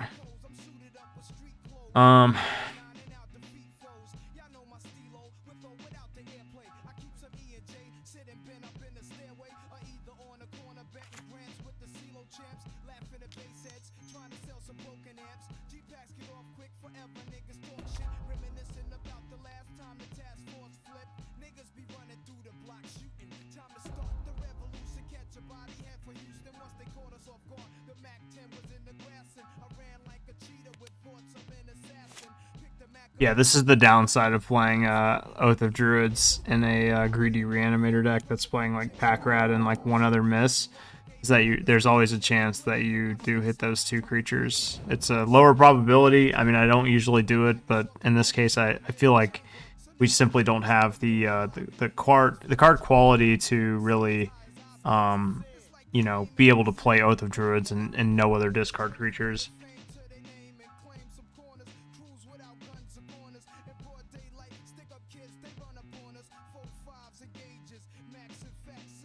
I'm interested to see what they get off of Kadolta Forge Master. They also just have a ton of mana, so they might just not even sacrifice anything. Might just hard cast something big. We'll see. There's Tinker, like we thought it would. Is it a Blightsteel Colossus? Or is it Mere Battlesphere? Inkwell Leviathan, okay. So like the worst of the 3, pretty much.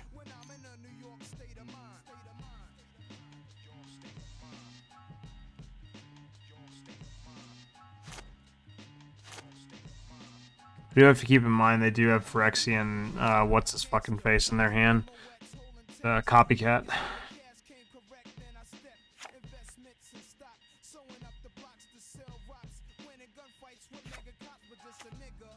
They attack me, I think I'm fine. Yeah.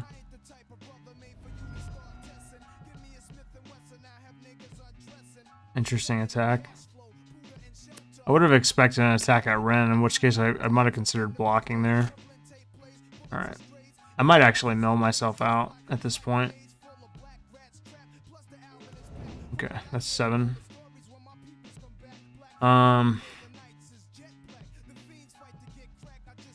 So we can play Sneak Attack, but we can't do anything with it yet. I think it's probably better to just...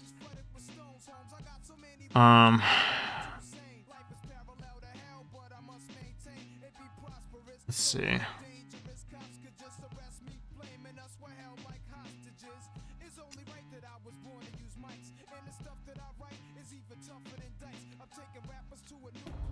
We'll just go ahead and plus. Play Hissing Quagmire. We probably won't deck because we can always just discard. I mean, we'll eventually, like, you know, Sneak Attack Ulamog into play. So there's that.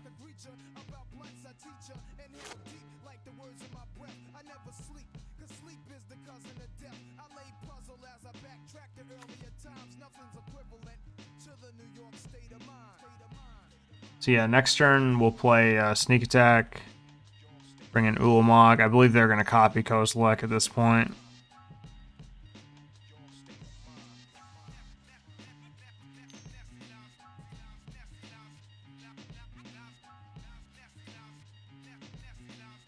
don't even know if I have any more creatures in my deck at this point to bring back. I think we have Putrid Imp, ironically.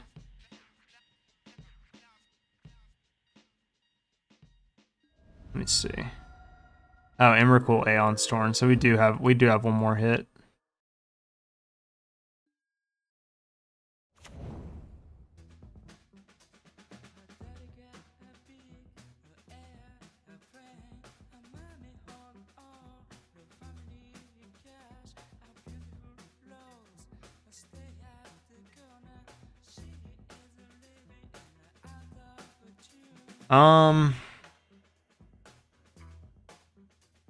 If we discard Ulamog, no, that doesn't quite work out the way I want it to.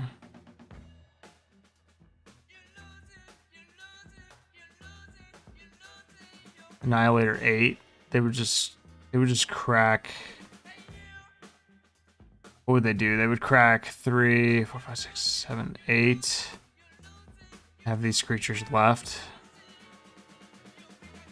Yeah, let's do this. Let's discard any land. It really doesn't matter. Let's discard a forest. Make a copy of Packrat. Then okay, so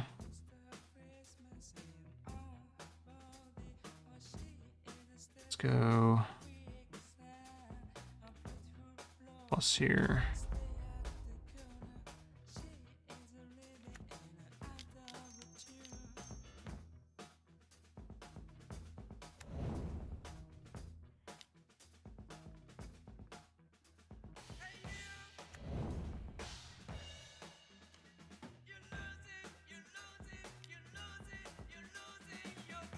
Alright, so they have to sacrifice some permanents.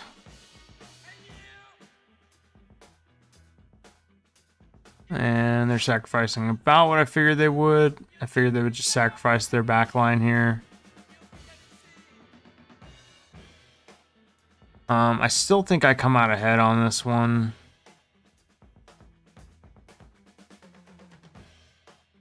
But we'll see.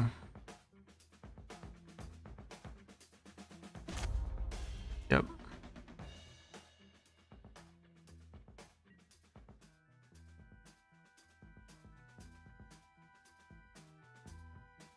You know what?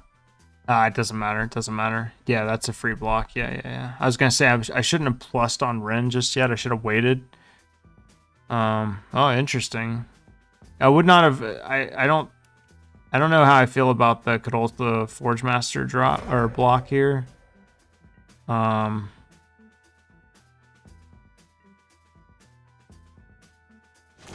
Okay, so we are gonna shuffle our deck. Now we got some more hits. And they have a hit as well.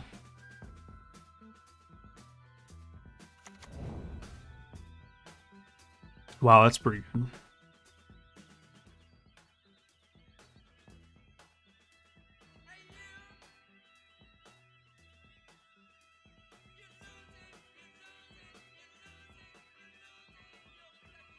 They'll just sacrifice it, I believe.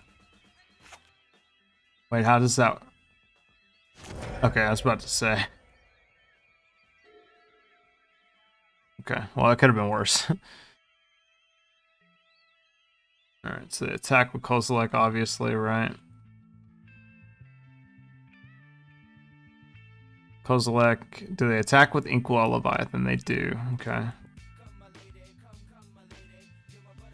Let's sacrifice a rat. Forest. I mean, I honestly don't need lands at this point.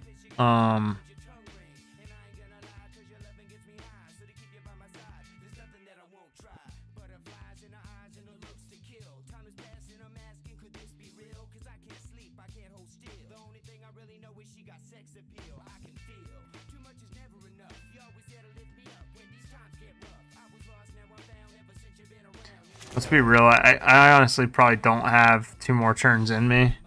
We'll see.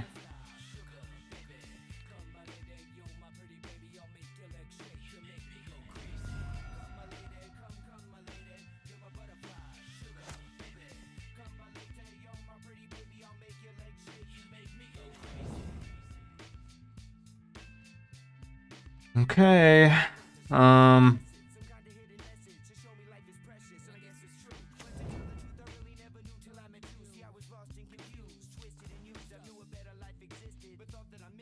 There's some burial rites. Does that do anything for me?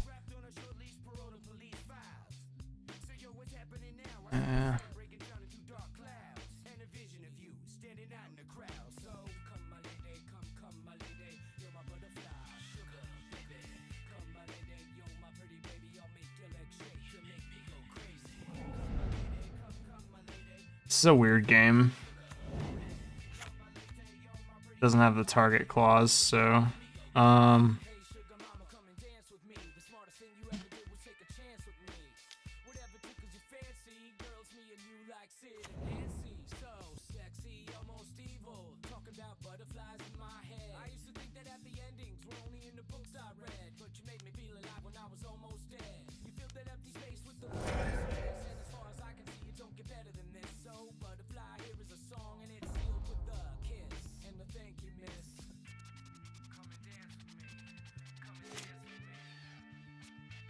man, we barely lost that game.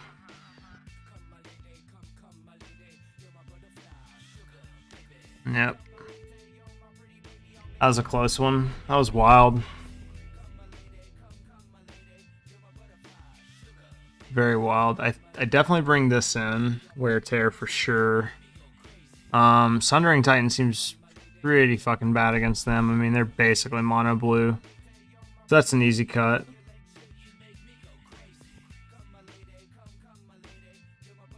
Yeah, I think the Wear Tear will help.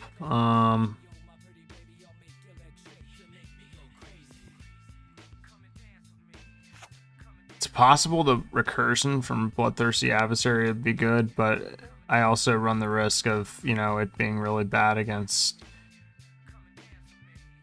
Relic of Progenitus, which we also ironically have, but doesn't help me much. Some consideration for this, but I think I'll pass on it. Everything else is kind of bad.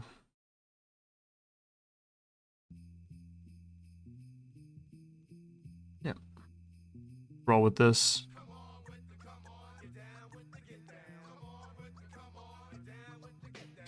One of my more weird Reanimator decks for sure. Definitely not the most weird though. I had one like hybrid Reanimator Storm deck that was wild. Oh geez, deck, don't do this.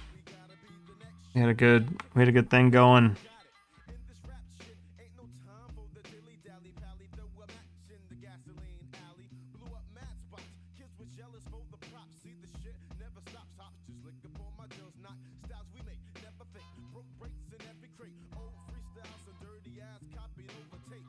You had a good thing going, deck. Why you gotta do this to me?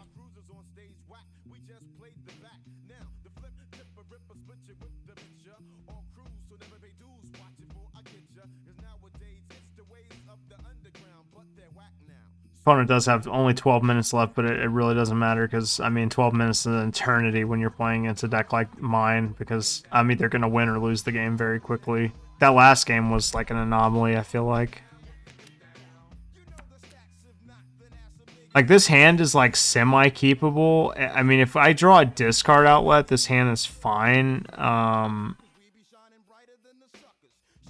guess I'll keep it. I don't know. I feel like it's probably a bad keep, but...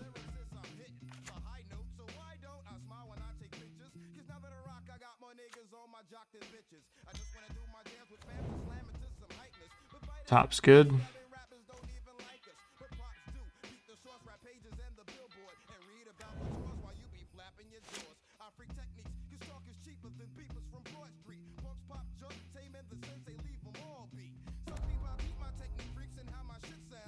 They have a pretty cool like artifacts matter stack going on over there.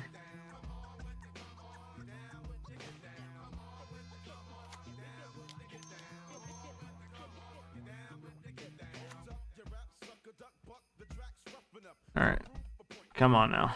Really need a discard outlet here. Bizarre Baghdad would be amazing. My last Reanimator deck that went 9-0 was mono black. I forgot about that.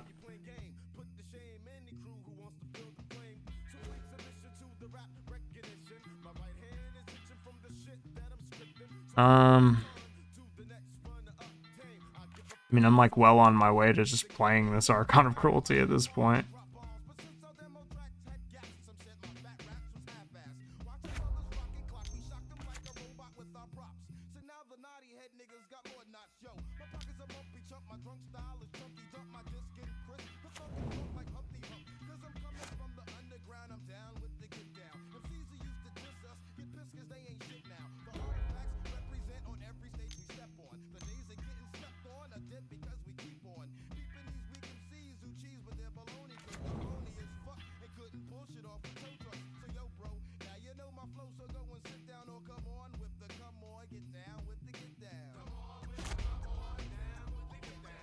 That sucks.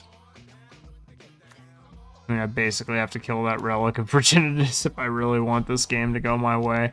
But I'm also facing a Construct token that's gonna really beat my ass.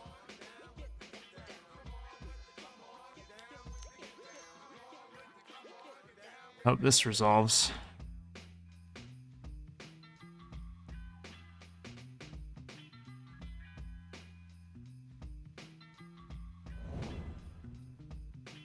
Interesting that they didn't crack in response. Kind of tells me that they have a counterspell in hand, unfortunately. Ain't really too much I could do about that. So I'm probably going to lose this game.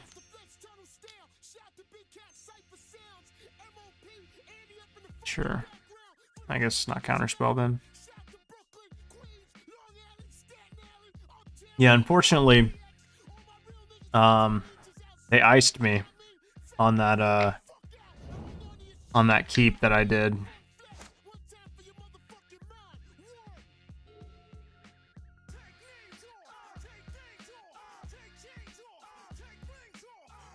They have enough artifacts, it might just be dead here. We'll see. I will say we did draw an abnormal number of lands for what we're playing. I mean, we are playing 15. I mean, Bizarre Baghdad being one of the 16, and then Mox Ruby being our 17th land. Something for 5. Yeah, that's game, I think.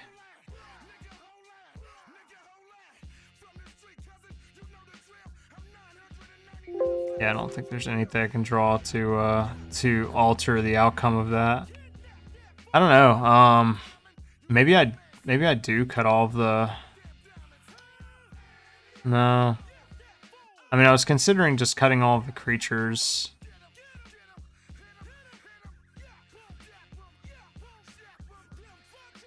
That's not really what got me. What got me was just, I mean, the bad keep in game 2, sure. But aside from that, just game 1, they just had a really, really good... They had a good plan. I like their deck. I like the game plan that they had. I don't know.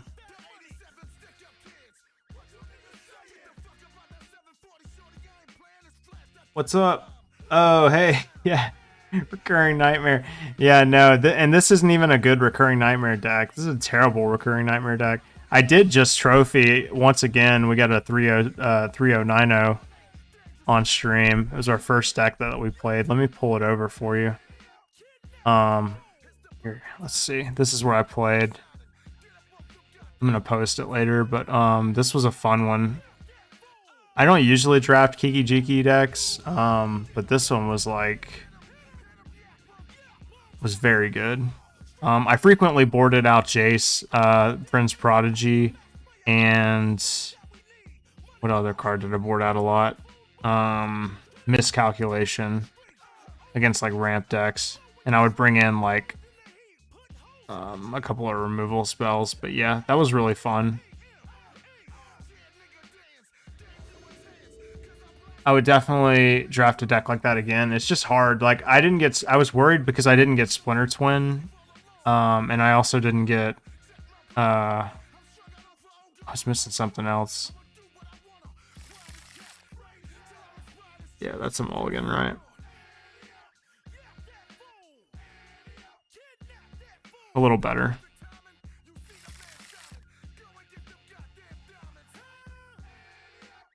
So put back Oath of Druids. It gets cut a lot though. Yeah, there's just blue. I try to stay out of blue, honestly. I know I've said it before, but like it's just like everybody wants blue, right? It's like in a vacuum, like blue is just the best color in Magic. I was really hoping they would play a creature there that we could use our bone shards on, but I guess it really doesn't matter too much. In this instance, I honestly probably just want to wait a little bit. Yeah, so this actually works out fine. Although that's pretty good.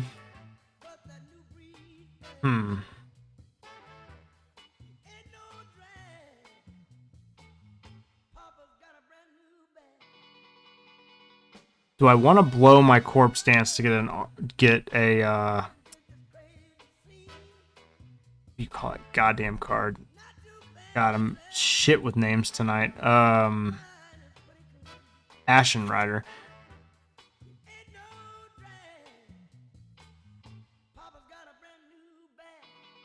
Could blow up both their lands.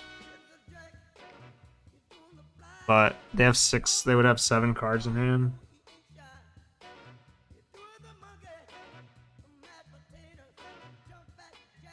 I think I just wait. They're not playing blue to my knowledge, so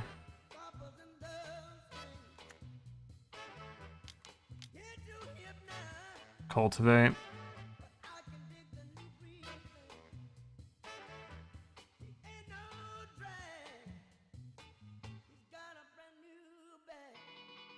Alright, I might hit him with Ulamog, Infinite Gyro.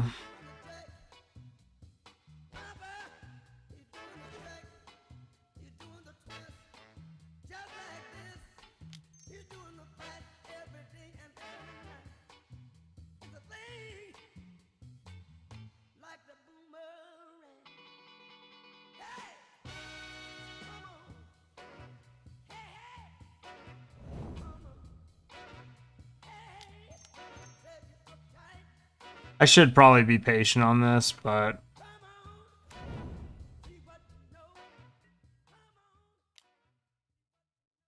this does buy me a lot of time.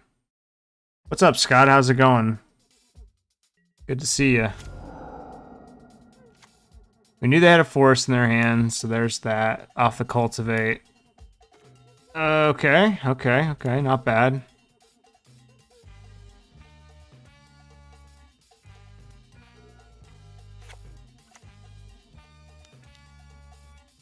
Oh no.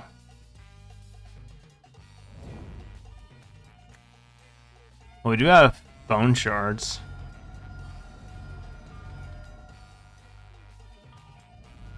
Dugan. I mean, I can just kill that though. Bone shard's so good.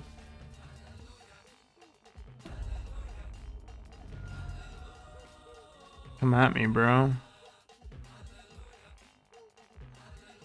I wish this gave it haste. We need a shallow grave. Just Bayou. I think I can afford to just pitch the Kozilek here.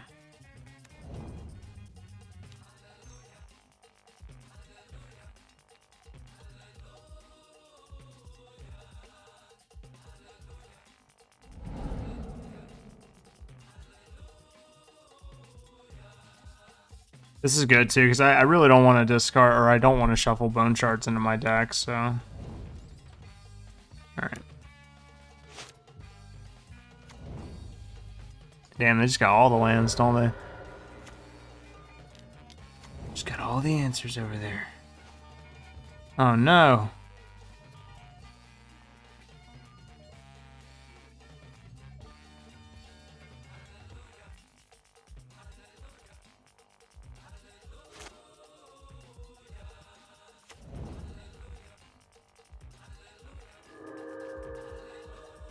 I can kill our Bayou. That's actually fine.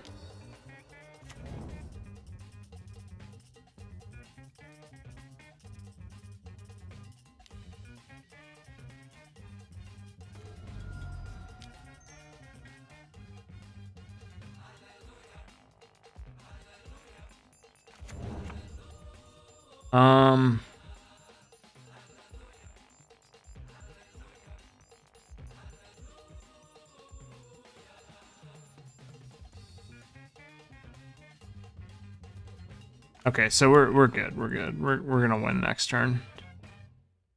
I had to make sure that I read my fucking card correctly before I just totally fuck this up.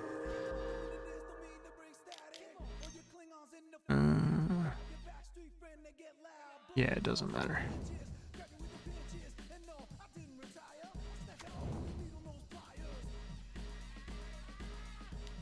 Ow.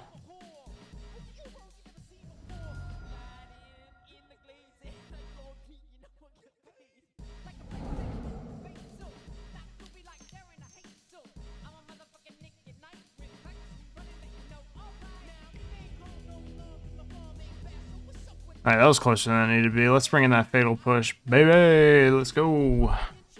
Maybe, damn, maybe. We did see Courser, so we could consider bringing in Wear Tear, although I would have to cast it off of my Scrubland, which doesn't seem very good. They're mono green, so Sundering Titan is kind of like whatever. We do have plenty of big creatures. We don't need Sundering Titan. It honestly hits me harder than it hits them.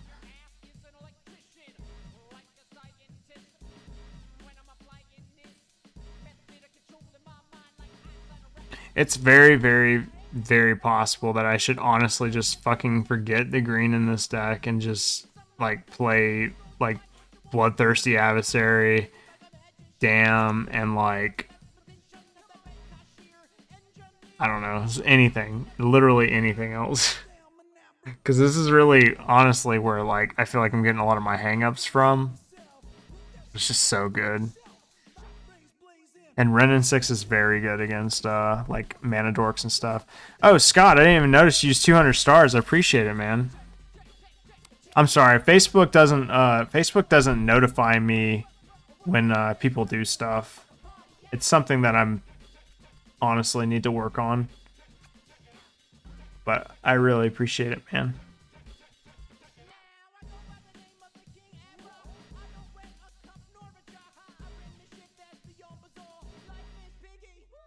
Okay, this hand is bad. It doesn't really have a game plan. It just has fast mana and a fatal push. I think I could probably do better. Like this. This is better. Okay, we don't really need the Through the Breach. Done. Yeah, this hand's great. Shataya.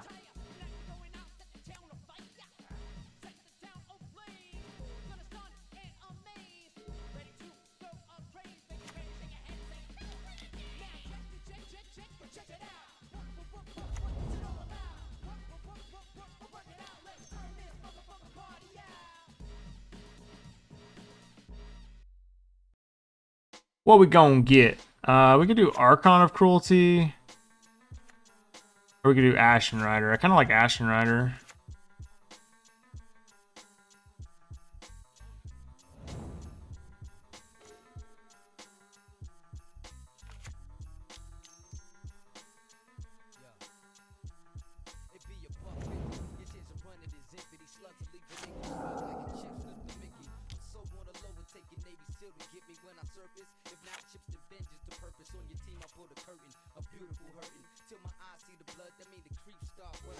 We don't get the double trigger, unfortunately.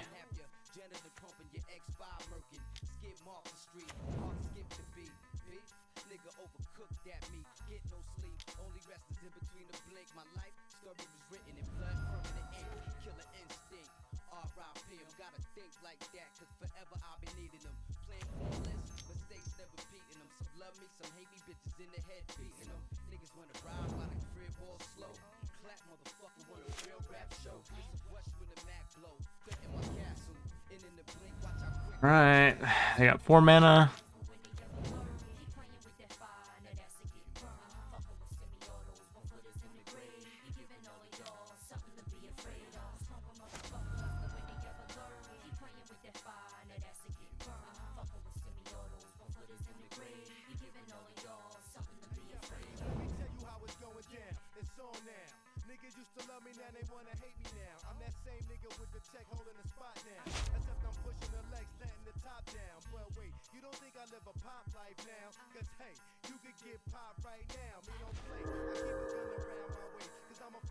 Lordy, lordy.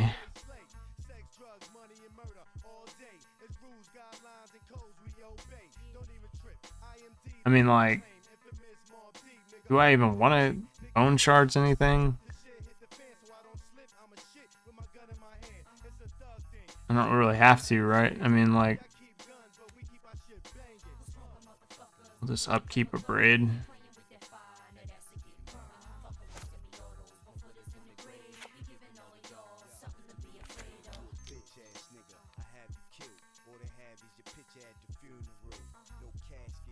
Yeah, that 0-2 into a 2-0. Yeah, honestly, like, my biggest mistake in the first match was just stewing too long over my 6. Like, when I mulled once, I looked at my 6, and I'm sitting there staring at this hand, and I'm like, you know, this hand's not good. I'm gonna ship it back for a better 5. And I thought about it too long, you know? And one of my general rule of thumbs, and it's not always true, but more often than not it is if you have to think about it for a really long time, it's probably correct to mulligan. And following that mindset has honestly not really ever steered me wrong. I mean, that's not to say you shouldn't think about it or that that's always right, but I think in most cases, it's like if you're really, really thinking about it, like if you're in the tank, like, man, should I go to 5? You probably should. It's just not worth risking it. Sometimes it works out, but you're also talking to somebody who has accidentally kept a hand like in an open with no lands and then on the draw and then drawn a land and like absolutely destroyed their opponent. So like, take my word for a grain of salt. I had a friend witness that too, and he just like shook his head because he was like, what are you doing? Like, why are you keeping a hand with no lands? I've done that more than once too. Back in my like earlier days of Magic when I was like on the competitive scene and I was like really, really, I don't want to say cocky, but like really confident.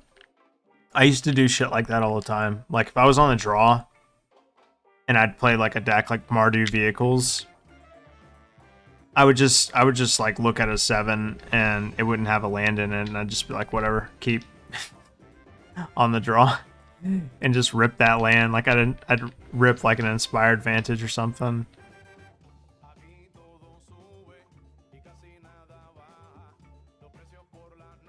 Okay. I mean, it's not the best, but it's semi-functional. Of course, we're banking on them having a creature. Okay, search for tomorrow. So likelihood is they will have a creature. Play Forest because we know we're gonna play Oath of Druids if they do play a creature.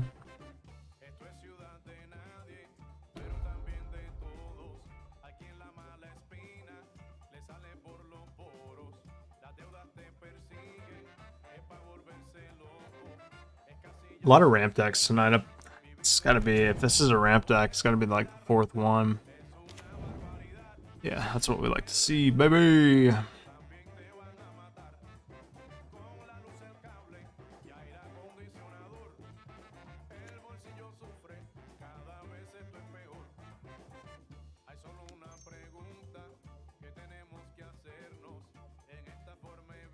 I don't want to cast this Faithless Looting this turn. It is tempting to do so, but I honestly don't think I'm going to be able to do anything this turn.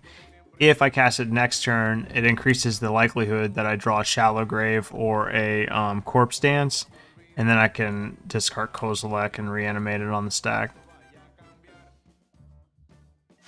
They are going to have 4 mana this turn, so we'll see what they do. Well, hypothetically 5. They might like cast Nissa or... I mean, there's a lot of really good 5-drops in this cube. Plow Under, Nissa. I mean, they're 4 colors that we see. They might be Nib Mizzet.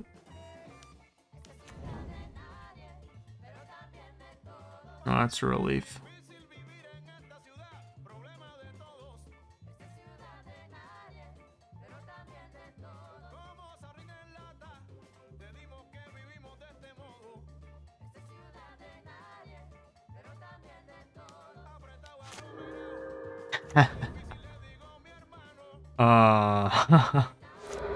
Sure.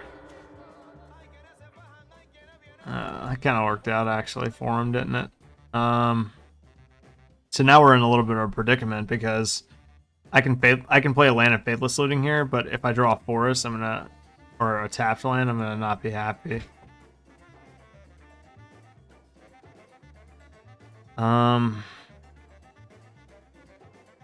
Yeah.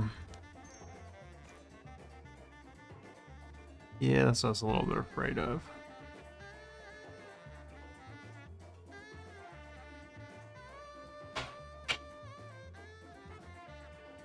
Any reason I would absolutely need 6 mana next turn? Other than like flashing back Faithless Looting? Probably not, right? Okay.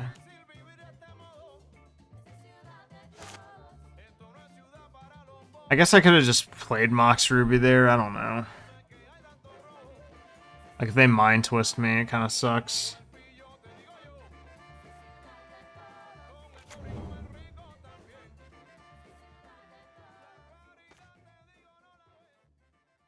Okay.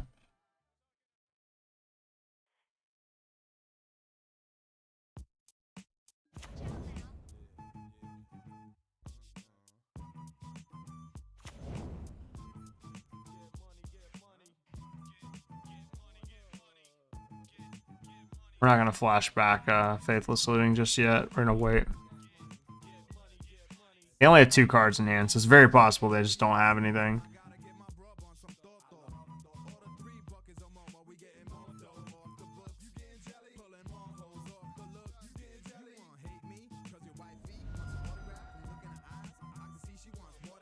Yep.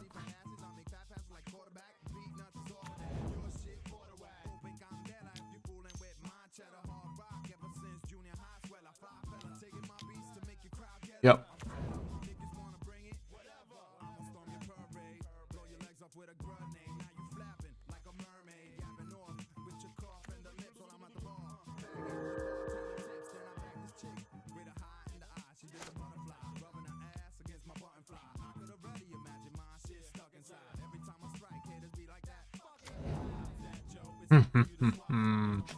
Yes, sir.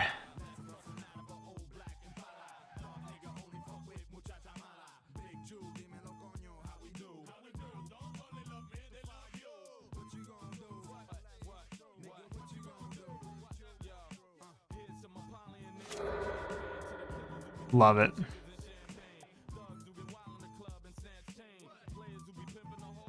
But wait, there's more.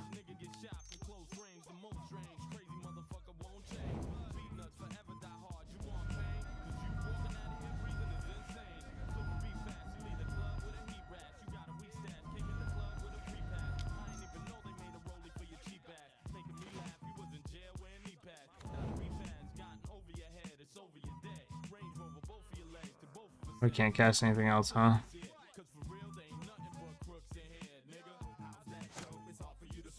Alright, they're gonna get a creature too, because that's fair. That's fair magic. They could flip out. I mean, there's a lot of crazy ass creatures. Justin, thank you for the follow. Appreciate it. Welcome, welcome. Watch out now. You see this combo? Do you see the Bizarre Baghdad and Renin 6? Have you ever seen a Reanimator deck play such value?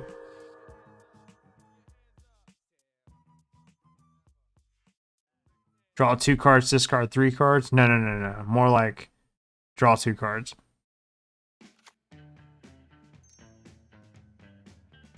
Uh-oh. It's Niv.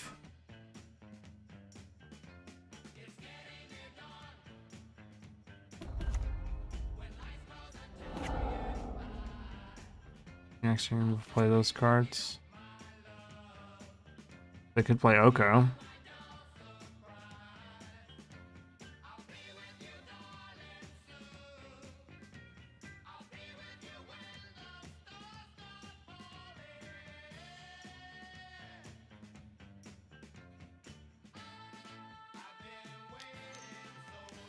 Doesn't bode well, though. Even if they Oko plus on Kozilek, still going to be in rough shape. 2, 3, 4, 5, 3, 4, 5, 6, 7. So we won't have enough to cast that. We just play Bizarre Baghdad.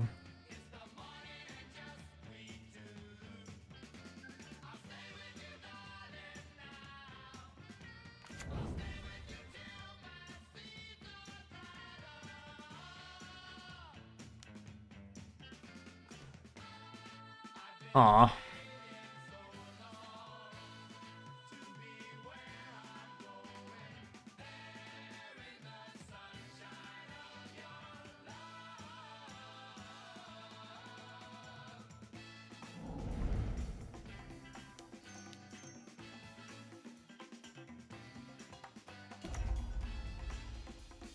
The value.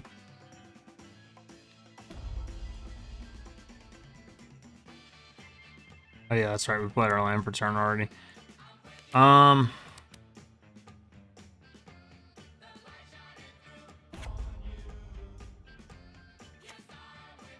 mean, they're gonna get their stuff back. They're not dead. I could try to attack Oko and see if they block it. And that would turn my yeah, we don't need to do that. Because remember, I do have 2 misses in my deck. I can flip over Pack Rat, and there's the 1-mana guy. I'm still pretty confident about where we're at here, though.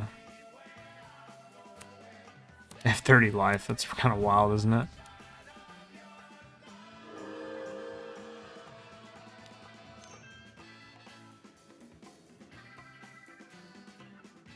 Yeah, let's just auto yield to this crap.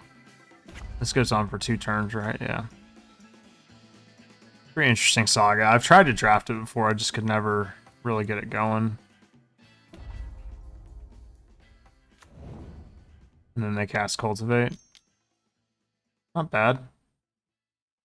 Good hits. I mean, they're back online after taking an absolute beating off Sundering Titan. Now, if we somehow manage to sacrifice Sundering Titan, like if we get our Braid or something like that, then we might actually consider.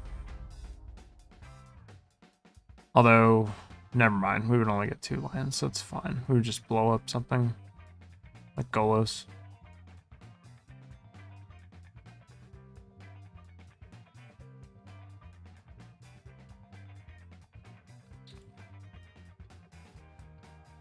Mountain Island, sure.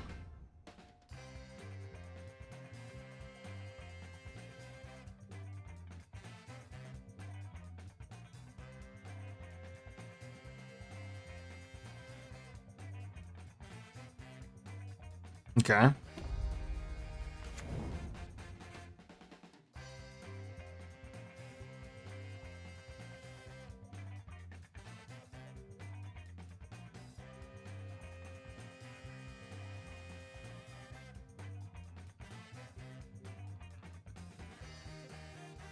A lot of shit going on right now.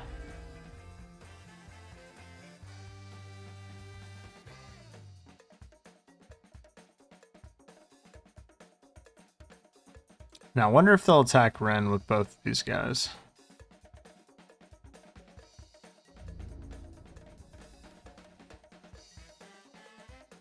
Looks like the answer is no.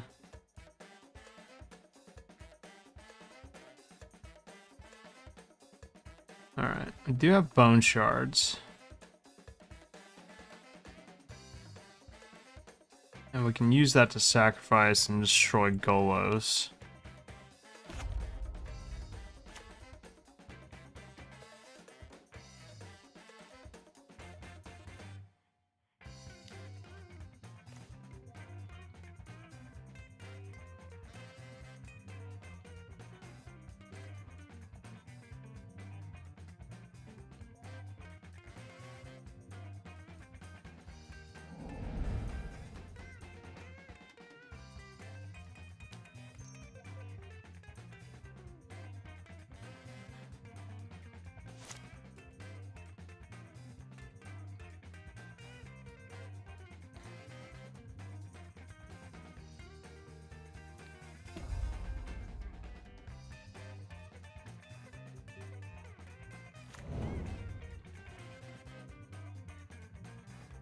Could hit their lands again, but that doesn't really matter with them having Crucible out.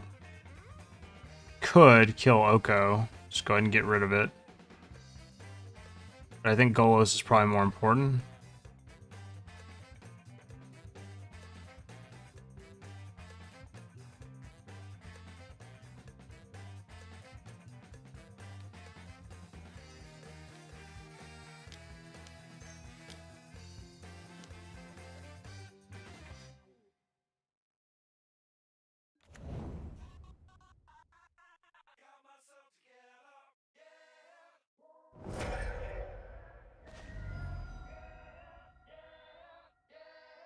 Oh, but you're through the breach. That's good. And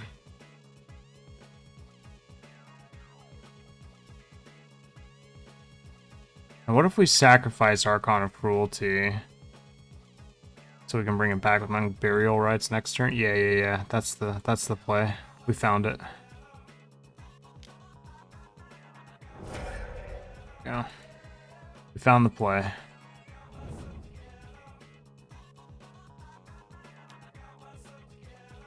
Only took me like 10 years. Alright.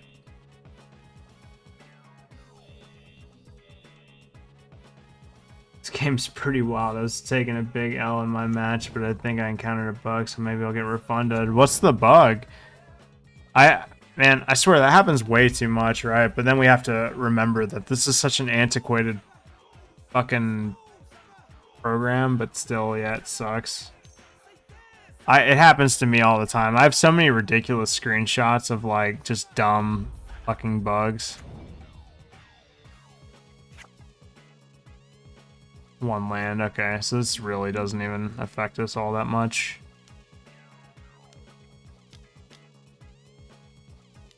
You got it, dude.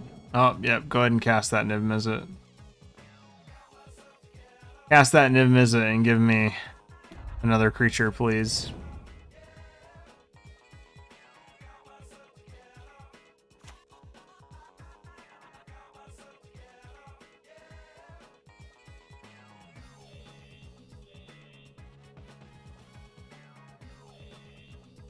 I played Fractured Identity on a flipped Planeswalker and didn't get a token. Yeah, that seems wrong. Yeah, that's definitely wrong. I think, anyway. I mean, unless there's some sort of weird ruling because it's flipped, but I mean, I'm no judge by any means. I've literally, I'm not afraid to admit this, I've literally argued with judges, like, in a polite way. Like, I've debated with them, and I should say debate, not argued, and they've been right, and I've looked like an idiot, and I've subsequently apologized profusely to them, you know what I mean? Like, I'm not a mean person, but I've had moments in big tournaments where I thought I was 100% right, and I was wrong about some weird ruling. I like MTGO for the most part, but I don't really play Constructed on it. I hear that format ruining bugs really affect Standard. Yeah, I'm not sure, but from what I can tell, I should get a token. Yeah, I think you should get a token too. personally. And yeah, I don't really play constructed anymore. I used to. Once upon a time, I used to be I mean, in my opinion, I was a big innovator of like, not necessarily modern so much, although I did some things in modern, but I mean, there were a few different formats that I was like really doing shit in. I guess let's hit Niv, right? Ooh, that's a good draw.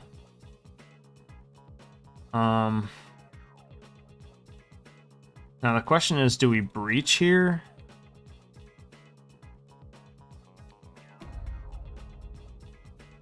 Or not? 3, 4, 5, 6 mana, so I mean, I guess casting on Burial Rites is probably the play on Archon. Or we could just breach and make them crack a bunch of permanents.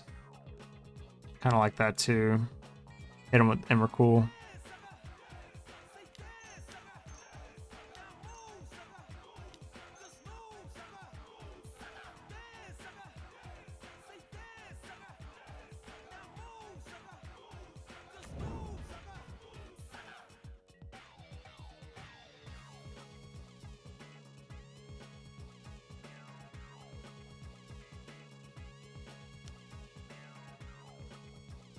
We're gonna play the patient game here. Yeah, I do miss playing constructed. I talk about it a lot. I am gonna get back on constructed. I want to start playing. I want to start playing historic. I know I kind of like spoke out against it a little bit, but I want to start playing historic. I want to start playing modern again, and mainly Pioneer. Actually, is the one I look the most forward to because I think Pioneer is just a really fun format. You know, like. It always felt to me like Pioneer was like one of the most balanced or easy to balance formats. And the last time I played, I made it was when the old companion rule was in effect, and I played like Yuri on Fires. I basically followed one of Patrick Chapin's techniques, and I templated the standard Yuri on Fires decks, and it turned out to be really good. And it changed the format for a little bit because basically like people were just playing a black-white like Bogle's deck, and that deck just shat all over any creature deck.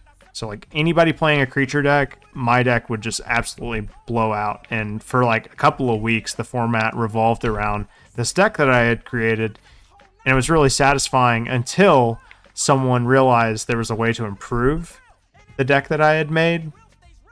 And they turned it into Luca Fires in Pioneer and subsequently ruined the format because Luca Fires was like far and away better than what I had created. So they had innovated off of what I made and made it just absolutely abysmal to play against. It is what it is. Yeah, I mean, you know, like there'll be different times in your life that maybe you have, you know, the time to get a little bit more involved in the game. You know, if you feel like that's something that's lacking, you feel like you really want to do that.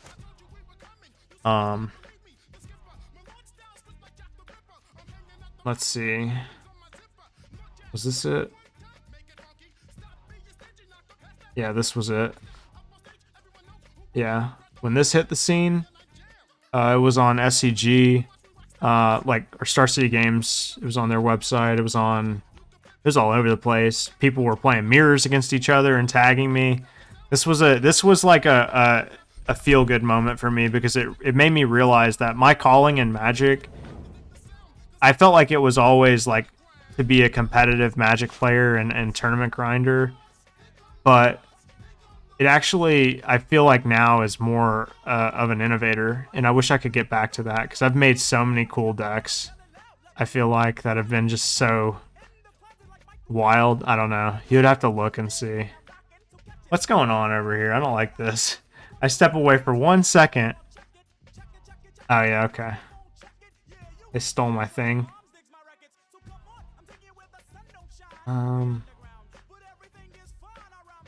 Is it Bazaar of Baghdad?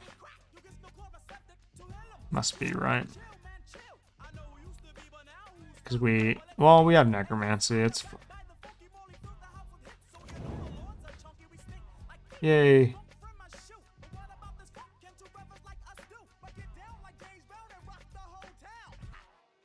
They might actually crack Ashen Rider here. Hoping Cube keeps growing, and yeah, Cube is so fun. I love Cube. I agree with you there. Sure. Of course, we know we're gonna bring back this Ashen Rider.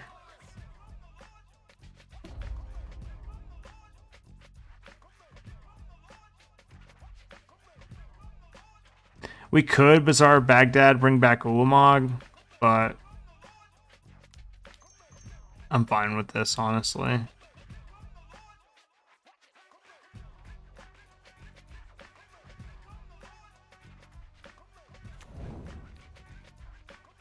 Yeah, let's just do this. Thinking about it for a second there.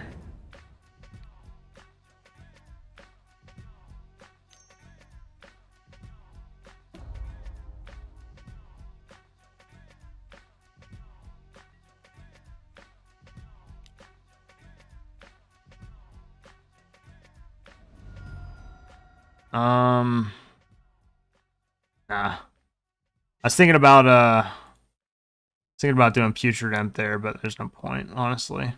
This Crucible of Worlds is actually kind of doing work for them. Oh, they missed? Or did they not use it?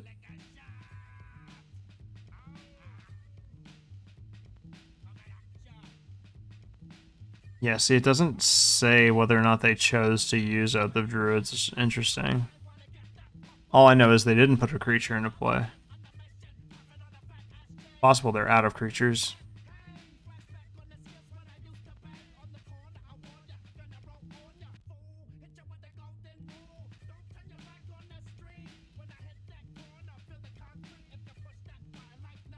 We've had some crazy games with this deck. This is a way more interactive Reanimator deck because it's bad, but it does make it more fun.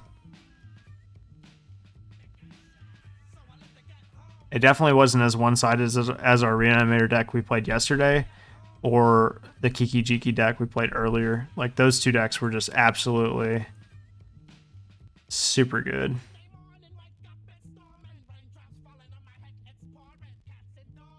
They are still casting motherfucking spells, guys. This person is like a trooper. They're hanging in there.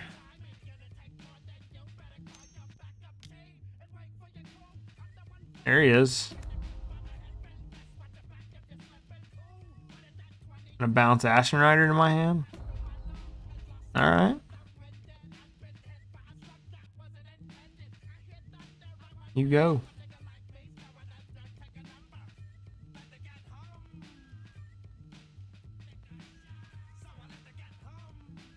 I love having a bunch of Eldrazi Titans in your deck too, because you can just draw so many cards and just keep looping your deck.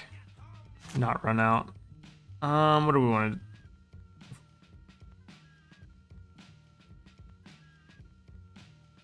do? Yeah. Oh no. Could have cast Gyro. We could have cast Infinite Gyro.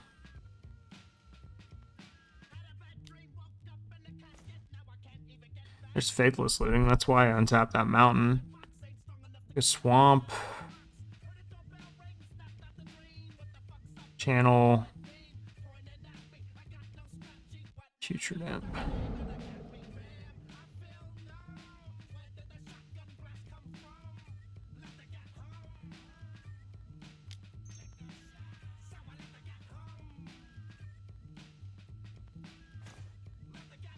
Damn, man.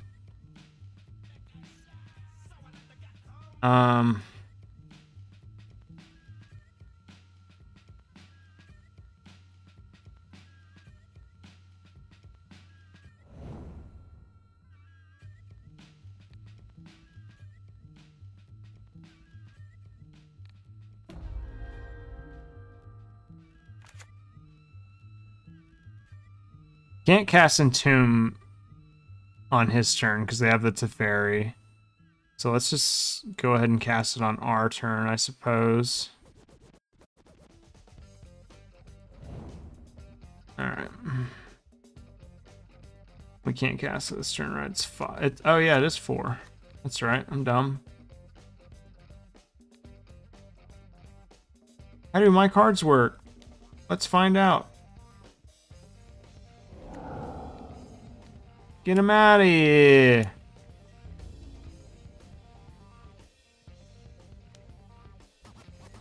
What a wild ass game.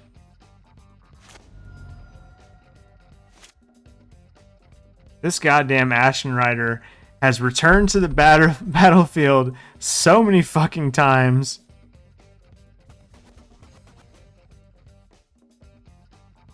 Jesus.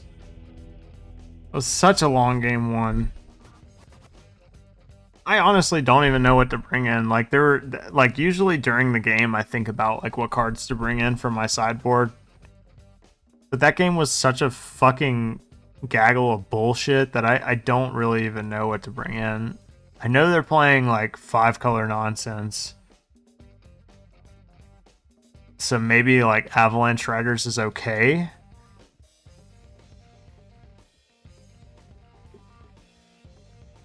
But I'm gonna feel like a real shitter if I flip Avalanche Riders at a bad time with Oath of Druids. I'm already running 2 non-hits, which I normally never do.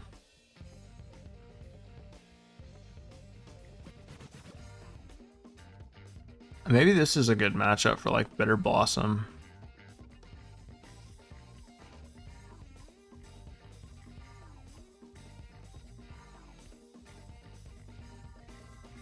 They did play Crucible of Worlds and Winter Orb. So maybe this is good.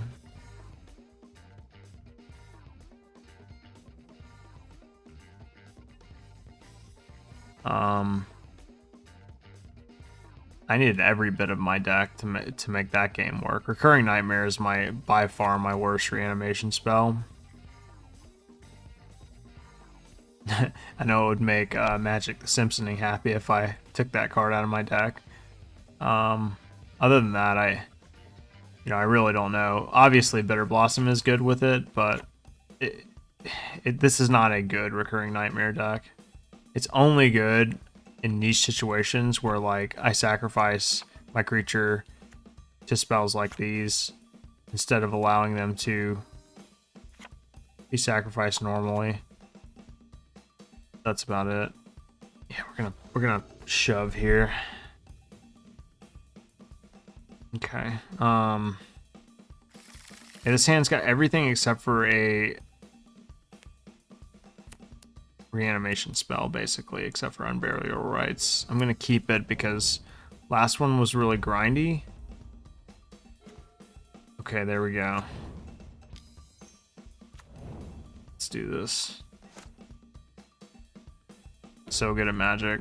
Next turn, I'll have Recurring Nightmare, but I rarely get it to work. It's hard. Honestly, the person who I've seen get it to work the best, I played against Caleb one time, Caleb Durward, and he fucking wrecked me with that card. That was a really good draw. Now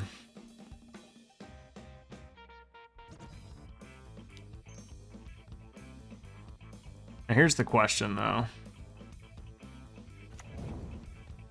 Do we do this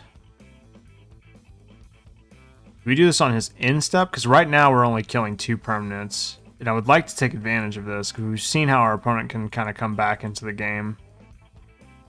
I would like to do it on their instep.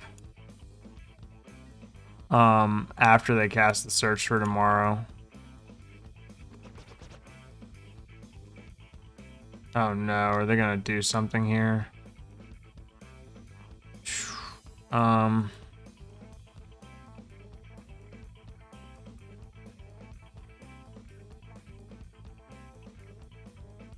This gets it flying, right? Yeah.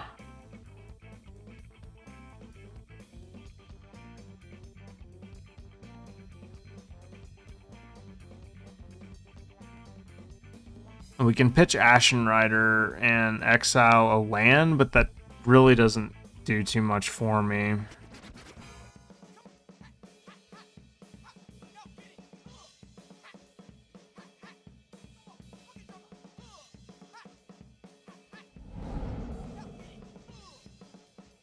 can't say I'm too proud of this one, but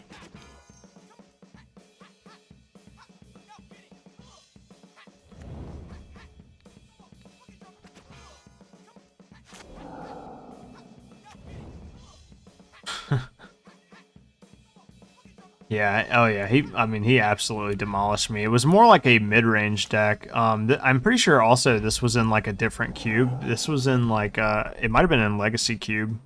Because he was also playing Whip of Erebos, and it was more like a mid-range deck with like Gonti, and it just had a lot of recursion, like a lot of really good value. Of course, it was playing, you know, pack rats and stuff like that, but God, it was good. Yeah, I mean, there wasn't a whole lot I could have done. I mean, he outvalued me like crazy. But, you know, Caleb obviously drafts so much. Good on him. He is without, like, him, J-Bro, and, like, I'm trying to think of another person. I mean, there really aren't too many Magic streamers I truly enjoy watching, and Caleb and J-Bro are both, I think, probably my favorites. I think I lose this game, but I'm just gonna keep trudging along and see if maybe, just maybe, something works. There's Strip Mine. We do have Channel in our deck.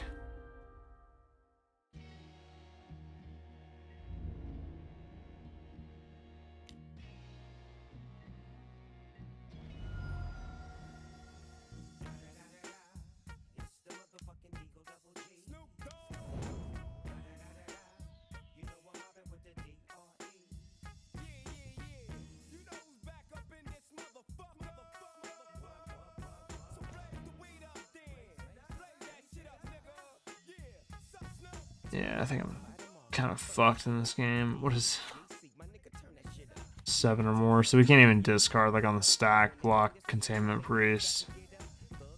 5. Not quite. Maybe in a little bit.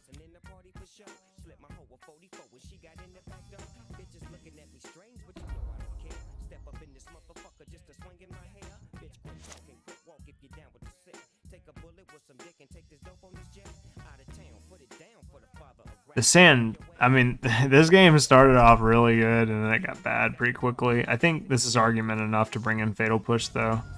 Fatal Push. Maybe Bloodthirsty Adversary. Maybe. She is good for, like, recursion and stuff.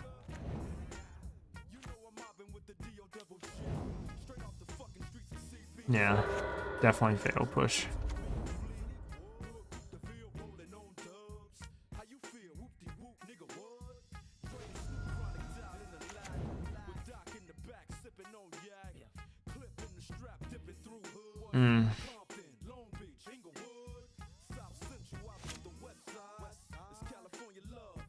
I think I'm fucked.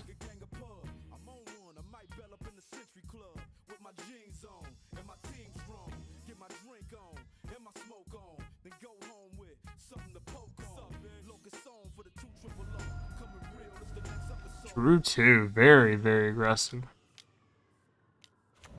I guess it makes sense now. Yeah, I have an interesting deck. I'm a fan of 5 color. I like it. You can usually reliably get Niv Mizzet. You get to play every good card that comes your way that's gold. And just absolutely demolish your opponent in card advantage.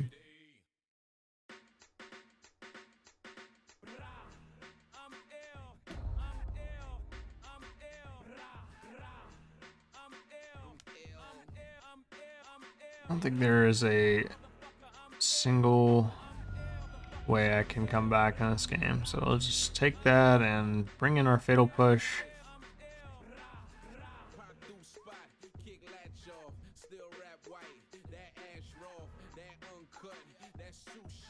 I'm 2G, that's Gucci. I'm bossed up, they washed up. Every day that kush I cough up. Buy all cash, we don't rent out. I'm ill, swag in the penthouse.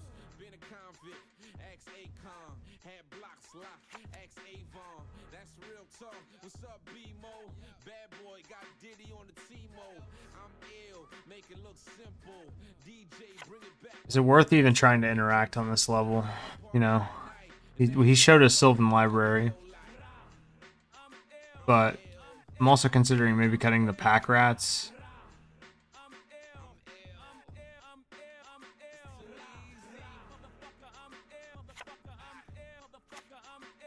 Pack rats can be good. Like if you play like a turn 1, or not turn 1 obviously. Well, I mean we could play a turn 1. If you play like an early pack rats, you can really run away with the game. So that's why they call me ill, ill. You niggas discuss me and they ain't talking about shit unless they discuss me.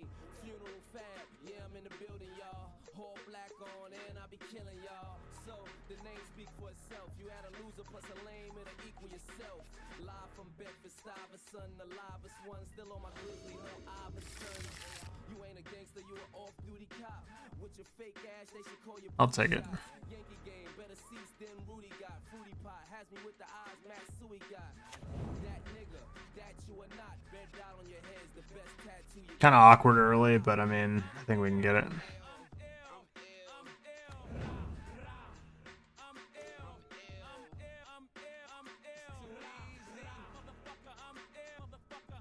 Trying to think if there's any like reason to play the swamp here. I think we're okay. They trash, and I'm ill. I'm too hot, how the fuck I'm gonna chill? Lay back, Maybach, backseat. I'm ballin' like an athlete. Get that going.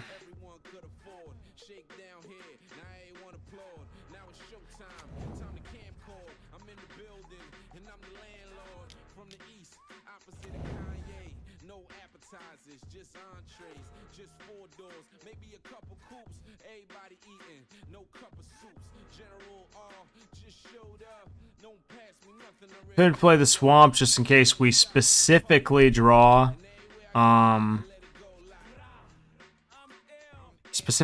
like Shallow Grave and a Titan.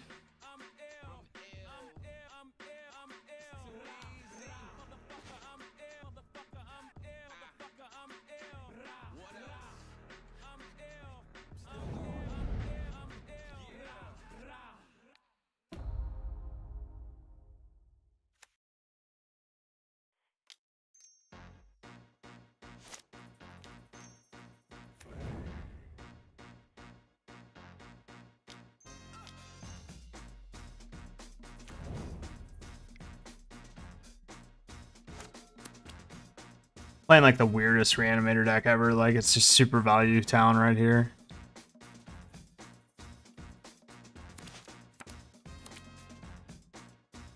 I do love me some Oath of Druid decks though. And just sit back. See if your opponent has an answer for Oath. If they don't, it's just you just flip over a big Titan. That easy. 1-card combo. Yep.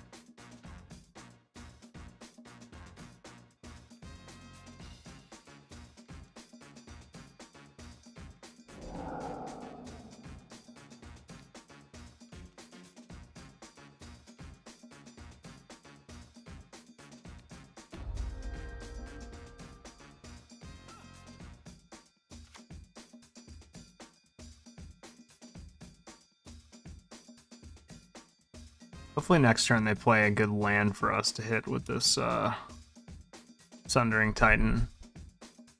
I would hate to just like wreck myself with it. I don't want to just hit a forest on their side and like mountain and a swamp on our side.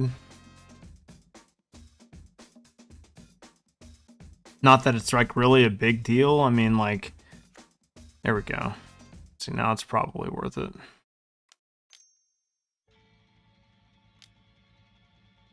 Uh-huh.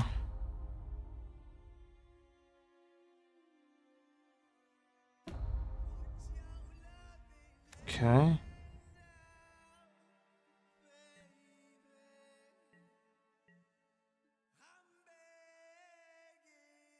I want to do anything with Entomb. I mean, I could go get Unburial Rights, but I don't think I want to yet.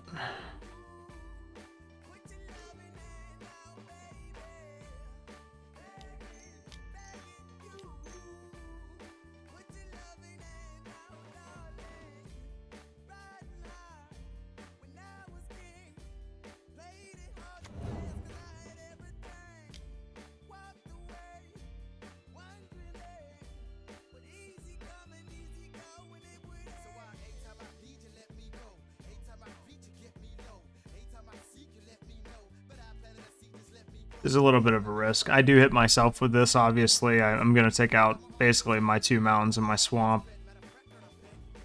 That's unfortunate. Okay.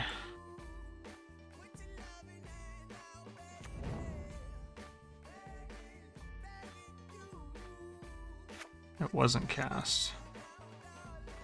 There's a no here.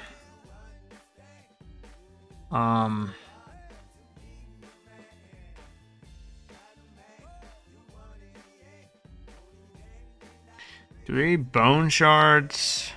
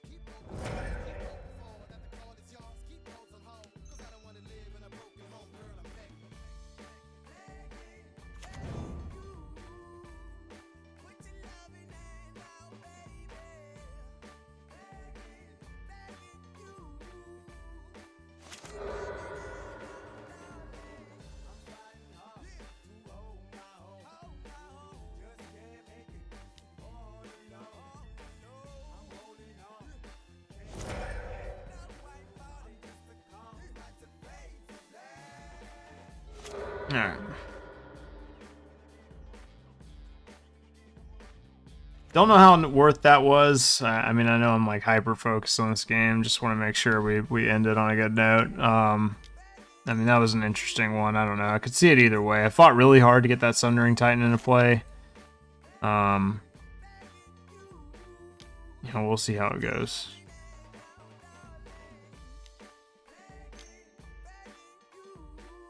All right.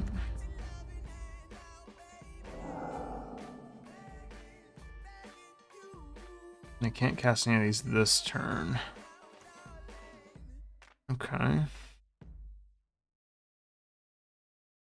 I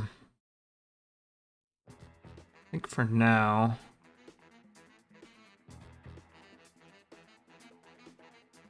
probably just get Scrubland back.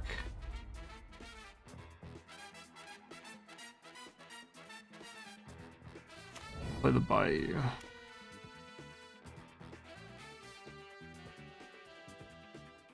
Pass. I don't know where I'm going with this Entomb yet. I mean, I can obviously go and get Unburial Rights and bring back Sundering Titan, but that's not that great.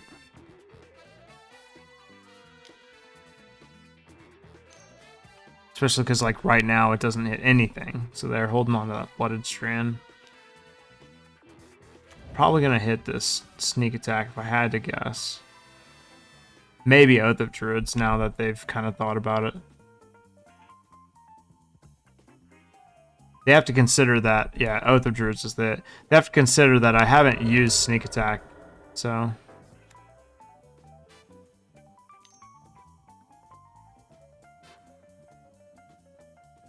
Yep.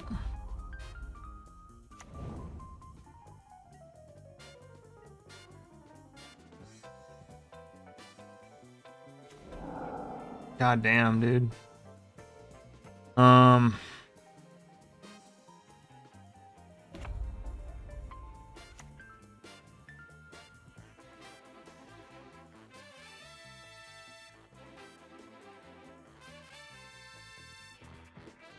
I mean, am I gonna have to fucking use this Entomb?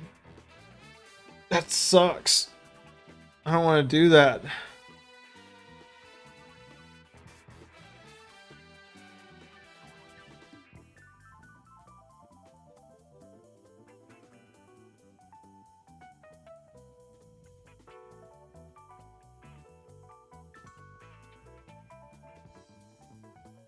Hmm.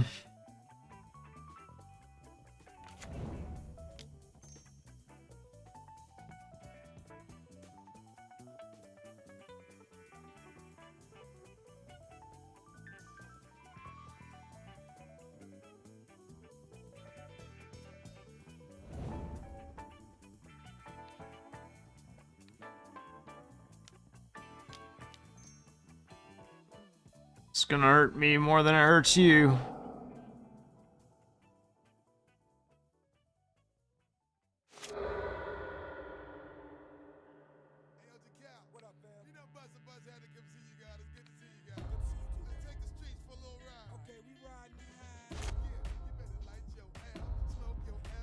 I mean, really, this is mainly just to protect Brennan 6. But, I don't know, they just have so much mana at this point. Yeah, rough.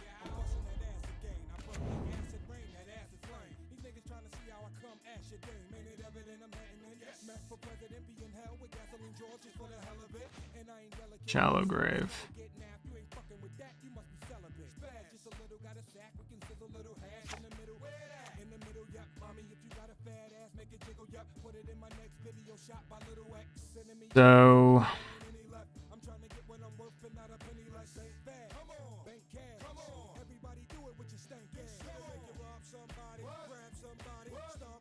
So I got a fallen shinobi. That's not good. That is not good. They're gonna hit me with that.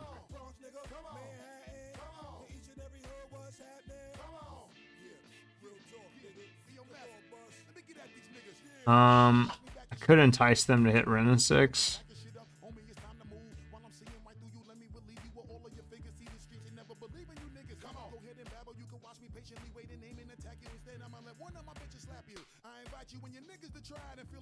Oh wait, what am I saying?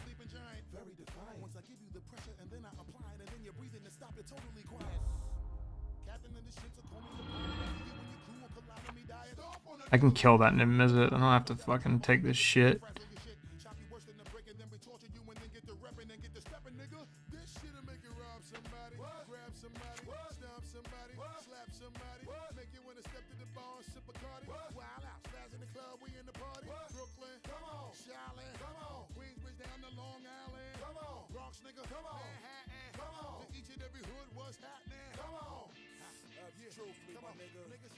What? Oh yeah, that's right. What am I doing?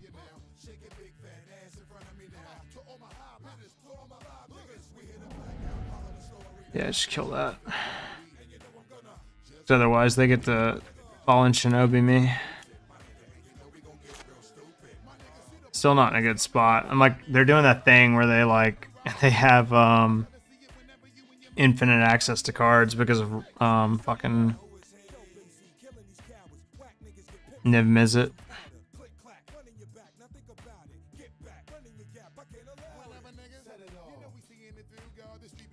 I'd love to have entombed in Shadowgrave there, but I just didn't have, or Shallow Grave, but I just didn't have enough cards to do it.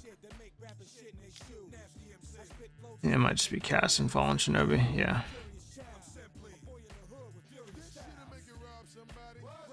Oh man, we're hitting so many duds here.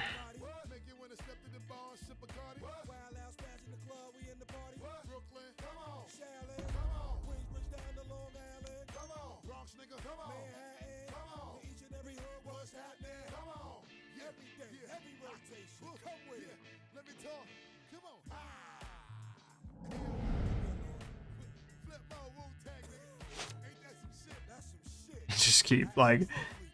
All right, man. Take it easy. Thanks for swinging by. Yeah, we're just gonna finish out this one. It's gonna be a grindy one for sure, and that's gonna die. So,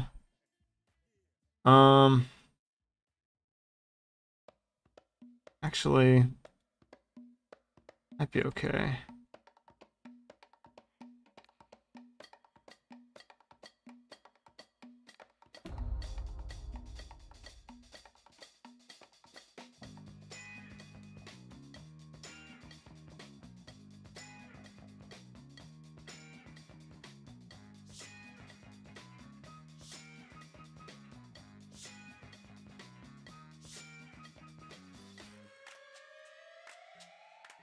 Si me ves volar es porque estoy feliz.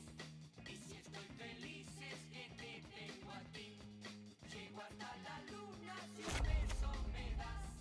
Y por las estrellas me pongo a saltar. ¡Hey! Si me ves volar es porque estoy feliz. Y si estoy feliz es que te tengo a ti. Yo cruzo el espacio al verte reír. Vuelvo a tu ventana y te veo dormir. Yep.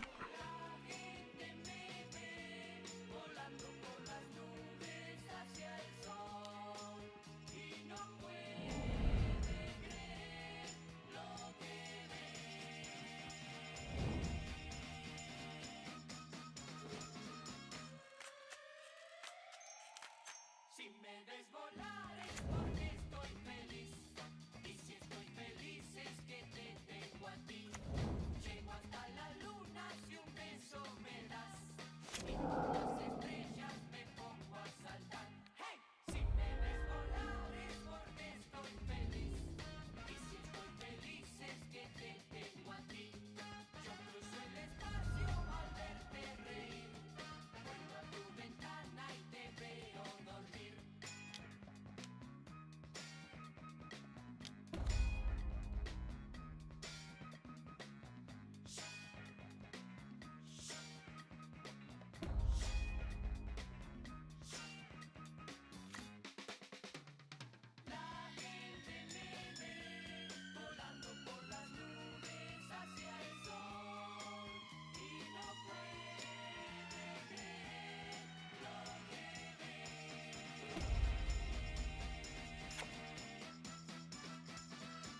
Si me ves volar es porque estoy feliz.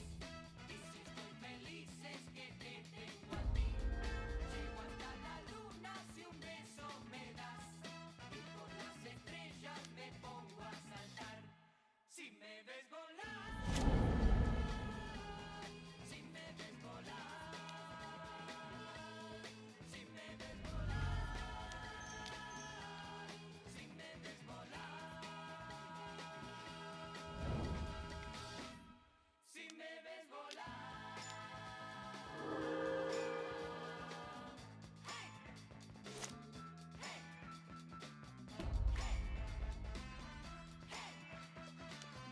They're gonna try to hang on, but we're gonna see if we can finish this one. Well, that's gonna be painful.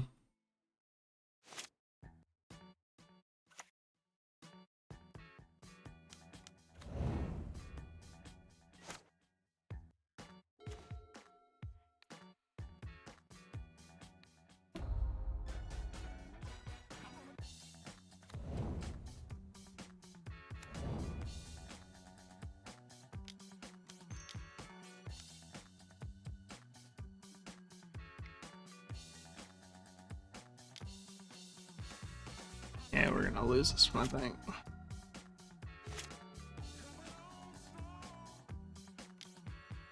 Just on time alone. Pretty sure I hit yield through turn. Yeah, Moto client. I'm like hitting yield through turn, but it's not doing anything.